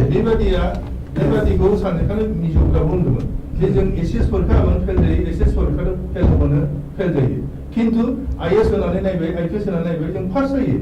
थारमाने जोंखौ बेयाव डेभेलप खालामनांगौ दङ बै मिज'रामा दिनै आलादा रायजो मोनबाय आइएस बे थाबाय आइएस केडाराव टप इन इन्डिया लिनियर आइएस केडाराव बिसोरथ' एसएसनि सायाव निर्भर खालामनानै थायाखै बिनि सायाव बेस खालामनाय जों आसामखौ सासन खालामनांगौ इन्डियाखौ सासन खालामनो जों दिनै बे चेलेन्जआव थांदों बिसोरो जायनि थाखाय बिसोरा माने आइएस केडारबो दङ आइपिएस केडार दङ इभेन लेडिज आइएस केडाराव टप इन इन्डिया लिटारेसियाव बिसोरो सेकेन्ड इन इन्डिया दा टप थांनो थांगासिनो दं केरालाया फार्स्ट जानो नालाय केरालाखौ क्रस खालामनो थांगासिनो मिज'रामा नंगौ आच्चा जोंहा गोबांथार सम गैया आच्चा जों थेवबो जोङो सावरायनि तरेन बर' बिथांनि सेराव जों थांनि बर' थुनलाइ आफादनि आफादगिरि तरेन बर' नोंथांनि सेराव जों फैफिन दोङो गोबांथार सम गैया नोंथाङा 1 मिनिटनि गेजेराव बानबुंथि होनांगौ जे डाइरेक्टर बिथाङा बुंबाय जे माने आलादा मेट्रिक फाइनाल आनजाद होनायनि बानजायनाय बा सेपारेट सेबा जों खालामबाबो जोंहा लाब जानाय नङा जोंनि गार्जेनफ्रा थारमाने जोंनि मानसिफ्रा सांग्रां नङाब्ला फरायनाया जुदि आवगायाब्ला गार्जेनफ्रा कनसियास नङाब्ला फोरोंगिरिया कनसियास नङाब्ला माने आइडियेल नङाब्ला जों बेहाय माने बेखौ जों बिनायनि जों ओंथि फैया बेनो थांदों बाथ्राया दा बे हिसाबै नोंथांनि मा बुंथि 7 मिनिटनि गेजेराव माबाया जगदीश ब्रह्म नांगौमोन बे हायाखै दाबो बे एनइपिआ माने मावफुंजोबनो हायाखै हयथ' उननि बिथिङाव मावगोन आरो स्टेट लेभेलनिफ्राय गासिबो माबाखौ रिपर्टखौ लाखाजोब्बाय जों मिथिनायाव बेनिफ्राय जोंबो साजेसन होदों जे जोंहा माने जोङो माने बर' बिजोंजों जों 12 सिम लांनायनि जिथु खोथा ओंखारबाय थादों बे बर' बिजोंजों 12 सिम लांनाया दानि बे एनइपिनि मोनसे पलिसि पलिसि आरो मेन्डेटरि बायदिबो खारन मेट्रिक आनजाद गैलाबा 9, 10, 11, 12 सेमिस्टार सिस्टेम थांसिगोन 8 सेमिस्टार जागोन मोनसे 9 आव मोननै सेमिस्टार 10 आव मोननै 11 आव मोननै आरो 12 आव मोननै बिथांमोननि बियो मोनसे पलिसि दा बेयाव 12 आवसो मोनसे फाइनाल एग्जामिनेसन जागोन आरो फरायसाफ्रा मोनसेल' सार्टिफिकेट मोनहैगोन आरो बेवहाय जेलानोखि गथ'आनोखि 12 पास जागोन बे बिमानि रावजोंनो जा बा माबा मिडियामजोंनो जा बियो बे माने माबायाव थांनांगोन बियो बेखौ मा बुङो बे लाइन फरायनाय लाइनाव थांनांगोन गावबा गाव स्ट्रिमाव डाक्टार जायो ना इन्जिनियार जायो ना नोङो इन्जिनियारिं फरायनाय बा मेडिकेल फरायनाय टिचार जानोबाबो बियो बिएडआ कम्पालसारि जाहैगोन ओमफ्राय नोङो एलएलबि आबो बियो कम्पालसारि जाहैगोन नोङो जानला मोनला ओरैनो एलएलबि फरायनाय गावबा गाव लाइनजों थांगोन आচ্ছা नोंथाङा होमबा क्वालिटि अफ एडुकेसनखौ लाबोनोब्ला जोङो बे लाइनाव जोङो जुजिनांसिगोन दा खोनाबाय बे लाइनाव जुजिबासो जोङो थांनो हासिगोन दानि बाथ्राया मा तरुन बर' नोंथांनो आं दाजाबदेरनो नागिरदों जे दाथ' मेट्रिक थानाय नंलिया निउ एडुकेसन पलिसि मथे दा थाखो 12 थारमाने हायार सेकेन्डारियावसो फाइनाल परीक्षा जाहैगोन फाइनाल एग्जामा हायार सेकेन्डारि जाहैगोनबा दा बै समावबो बे एखे जाहैगोन जिहेतु सेबाया थागोन दा बुंनाया सेबाजों आरो हायार सेकेन्डारि काउन्सिलजों मार्चआव जानोबो हागौ मोनसेल' माने एग्जामजों बर्ड थागोन दा बै समावबो जोंनि बर' बिजोंनिफ्राय फरायनानै थांनाय फरायसाफोरखौ डिफेक्ट खालामोबा नाम्बारनि बेलायाव मा जाहैगोन दा बेखौ नोंथाङा बुंनो हाया बियो बिनि माने माबाया सिस्टेमा बेलेग जाहैगोन बेखौ बुंनो हाया खिन्थु जोङो बिमानि रावजों 12 सिम लांनायनि जिथुनिखि जोंहा लाहार फाहार बे सोलिगासिनो दङ आरो गभर्नमेन्ट अफ आसामावबो बेखौ गनायबाय आरो आगोलनि बिटिसिआबो बेखौ एनअसि लिरनानै होबाय दा बेयो बिथोनगिरिया मिथिगौ जगदीशआव मिथिगौ ना नोंथांमोना आनजाद खुंथायखौ आलादा बिनो हायो क्लास 12 नि थाखाय जोङो बे इन डिउ कर्स जोंनि डिमान्डआबो थागोन खिन्थु आङो फरायसाफोरखौ बा गार्जेनफोरखौ मोनसे खोथा बुङो बे जेखि बिजोंजोंनो बे मेट्रिक पास जाया मानो बे जेखि बिजोंजोंनो बे थाङा मानो दहाय जोंहा बिमला एसे बुंदों जे कम्पिटिटिभ मटिभ्स बे कम्पिटिटिभ मटिभ्सआ थायाब्ला जोङो कम्पिटिसन खालामनो हानाय नङा दिनै मिज'नि खोथाखौ बुंदों नंगौ राइट इउ आर राइट मिज'फ्रा आगोलाव बिराद माने सेन्ट्रेल सार्भिसनि थाखाय आइएएस आव बिथांमोना बिराद जर होयोमोन खिन्थु दा बिथांमोना मिज'राम स्टेट पाब्लिक सार्भिस कमिसनाव गते मिज'रामखौ बे फुल स्टेट मोननानै बिथांमोना केपचार खालामजोब्बाय सासनखौ बाहेरानि आइएएस अफिसारा गैलानो फ्राय आगोलाव बिराद बाहेरानि अफिसार दंमोन दा बिसोर गैलाबा बेयो गासिबो माने मिज'राम बेस जाजोब्बाय जोंबो बिटिसिआनो जा बा बिटिआरआनो जा जोंनि गथ'फ्रा जुदि कम्पिटिटिभ माइन्डेड जानानै जों जुदि माने जों केपचार खालामनो हायाबा एडमिनिस्ट्रेटिभ लाइनाव सिभिल सार्भिसाव बेबो मोनसे खोथा दं दा जोंहा बिटिसिआ मैया बुंदों इंखंआव बुंहरदों नोंथांनि इंखंआव बुंदों जे बिटिसिनि नोङो इयुनाव मा सानदों बे बिटिसिआ मोजां मोनसे खोथा बुंदों बियो जे आङो साइन्स लागोन ओमफ्राय साइन्स लानानै आं एडभान्स आइआइटि फरायगोन बेनि उनावहा आङो सिभिल सार्भेन्ट जानो नाजागोन बे भेरि गुड माबा बेबायदि टारगेट थानांगौ स्टुडेन्ट दाबो बिटिसिआ दङ लाइनाव दङ अनायखौ बुंनाबो नङा बिटिसिआ बुंदों बे मोजां खोथा जादों खिन्थु मोनसे खोथा बेनो जुदि गथ'फ्रा इन्जिनियार जानानै लुक्रेटिभ सार्भिसाव थांजोबोबा दिनै बे इन्जिनियारिं कलेज जानो थांगासिनो दं भाइस प्रिन्सिपाल जानो मानसि गैया एमटेक गैया प्रफेसर जानो मानसि गैया बेनिफ्राय क'क्राझाराव मेडिकेल हानाय नङा जों जुदि क्वालिटि अफ एडुकेसनखौ लाबोनो हायोबा दिनै CIT-आव मा जादों CIT-नि खोथाखौथ' मालायखौ बुंनानै लाब गैया। आरो जोंहा गोबांथार सम गैया आं नोंथांनो 7 मिनिटनि गेजेराव बुंजोबनो खावलायदोंमोन। आं मोनसे खावलायनाय जायफोरनिखि मेट्रिक आनजादाव उथ्रिदों बिथांमोना क्लास 10आनो माने फाइनाल फेक्टर नङा माने माबाया केरियार प्रग्रेसना will be started from the higher secondary level. जुदि हायर सेकेन्डारि लेभेलाव आं बिटिसिखौबो बुङो नोङो मेट्रिकआव एथ' मोनदों होननानै नोङो नेग्लेक्ट खालामनाङा नोङो हायर सेकेन्डारि लेभेलाव रिजाल्ट मोजां खालाम आरो नोङो मोजां केरियार प्रग्रेसन खालामनो नाजा आरो जायफोरनोखि फार्स्ट डिभिजन मोनदों जायफोर स्टार माबा मोनदों जे आं बुङा जे साइन्स लाथारोब्ला एकदमबारे बिराद जारलाबगोन बे खोथा नङा बहुदखौनो जोङो आर्टस लानानैबो सिभिल सार्भेन्ट जानाय नुदों सिभिल सार्भिसाव खामानि मावनाय नुदों बेंकिंआव नुदों LIC-आव नुदों नेशनेल इन्सुरेन्सआव जों नुदों गतिके जोङो बेफोर सार्भिसावबो जोङो केपचार खालामनो नाजानांगौ दहाय बिमला मोनसे खोथा बुंदों मोजां खोथा जे बियो एक्सपिरियेन्सनिफ्राय बुंदों बिमला जे बिथाङा LIC-आव मावनानै मा एक्सपिरियेन्स जादों बे इकनमिक सार्भे बिथांनाव दं दा इकनमिक सार्भे दहाय खोथा बुंदों जे जोंनि ट्राइबेलफ्रा सेभिंसआवनो एखेबारे गैथारा निलांबो बेंकआव मावनाय हिसाबै मिथियो बे जोंनि मोनसे सेभिंसखौ एखेबारे थाथारा सेभिंसआनो गैया आरो एडुकेसनखौबो जे जागोनलै बेबायदि लाइनाव लाङो गतिके बेबायदि जानो नाङा गतिके आङो देग्लायनि जितु मेट्रिक आनजादाव पास जानाय गासैबो आङो बर' फरायसाफोरखौ आङो गोसो गोरबोनिफ्राय साबायखर बावबाय जाहाथे इयुनाव जाहाथे मोजां रिजाल्ट खालामनानै मोजां जामुंथि लाबोनो हायो आरो सार्भिस टु दा नेसन सार्भिस टु दा ससाइटि बेखौ मावलांनो हायो आं दे नोंथांनो गोजोननाय होदों नोंथांनो गोजोननाय होबाय दे दानो फैदों बिटिसानि खाथियाव बिटिसा गारबारि दङना लाइनाव बिटिसा गारबारि नोंथाङाथ' बुंबाय जे मोजां मोनदों पास जानानैहाय नोंथाङा उनाव मा जानायनि मिजिं लादों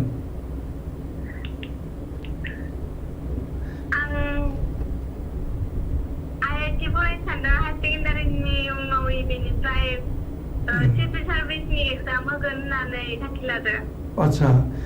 मा कलेजाव फरायदों नोंथाङा कलेजखौ मोजाङै सायख'नाय जाथ'वाखै आच्छा बेनिफ्राय दा मेट्रिक आनजाद होनायनि उननिफ्राय दिनै समसिम लकडाउन जुदि सिटुएसन जाबाय थादों बे बुब्लियाव नोंथाङा मा मावबाय थादों बे लकडाउननि समाव आङो फार्स्ट इयारनि बिजाब कालेक्ट खालामनानै बेफोरखौ नायदों आरो आच्छा एडभान्स लानाय नालाय एसे गोरोबो नालाय आच्छा बेफोरखौ नायदों ओमफ्राय उनाव कचिंबो लादोंमोन फार्स्ट टाइमाव लकडाउननि सिगाङाव ओमफ्राय लकडाउन जाना होनानै लानो मोनदियासै न'आव थाबाय दे दानिया मोनसे कुइसन नोंथाङा IIT पास जानायनि उनावहाय मा जानो सानदों IIT आं आर्किटेक्ट फरायनो सानदों आर्किटेक्ट फरायगोन इन्जिनियार जागोन माने न' बिल्डिं बानायनायनि डिजाइन बानायगोन नोंथाङा आच्छा ओमफ्राय नोंथाङा साख्रि मावगोन ना प्रफेसनेल प्राइभेटलि नोंथाङा माने खामानि मावगोन नोंथाङा साख्रि मावगोन ना प्राइभेट फार्म खुलिनो जागोन आर्किटेक्टनि थाखाय जायो हायो प्रफेसनेल आच्छा नोंथाङा मोजां फराय नोंथांनि उन माने जिउआवहाय साक्सेस जानो मिजिं खालामगोन आरो जोंहा गोबांथार सम गैया जोङो गोबांथार सावरायनांगौ दंबावोमोन सोलोंथाइ बिथिं आरो रांखान्थि बिथिं बेयो माने बर' हारिनि थाखाय सावरायनांगौ आयदा जोङो बे बिथिङाव अलखदाव गोग्लैनानै दङ आरो बे अलखदनिफ्राय जों मुक्ति मोननो हायोब्ला बर' हारिया उन समावहाय मोजां फारसे आवगायलांनानै जों मिजिं खालामनो हायो जों गोजोननाय होदों बर' थुनलाइ आफादनि आफादगिरि धरेन बर' बिथां अनलाइनाव थानानै जों गोबांथार बाथ्रा शेयार खालामदों बिदिसा काकलारि बिथाङा जों लाइनाव थानानै गोबांथार बाथ्रा बुंथिदों बेबायदिनो देबाराम सेरि जों बिथांनि गोजोननाय बावहरदों director of education BTC Jagdish Prasad Brahma बिथांनो गोजोननाय होदों हामलायनाय होदों आरो LIC-नि आजिरा चिफ मेनेजार बिमल बसुमतारी बिथांनो गोजोननाय बावदों आरो गोजोननाय बावदों रायजो राजा बिथांमोननो गोबांथार अनलाइनाव दंमोन जों सम होनो हानाय जायाखै बिथांमोननो खाबु होनो हानाय जायाखिसै निमाहा बिनाय जादों उन समाव जोङो बांसिनै सावरायनायनि मिजिं लानानै जों दिनैनि बे सावरायथायखौ फोजोबबाय गोजोनदों खुलुमबाय खुलुमबाय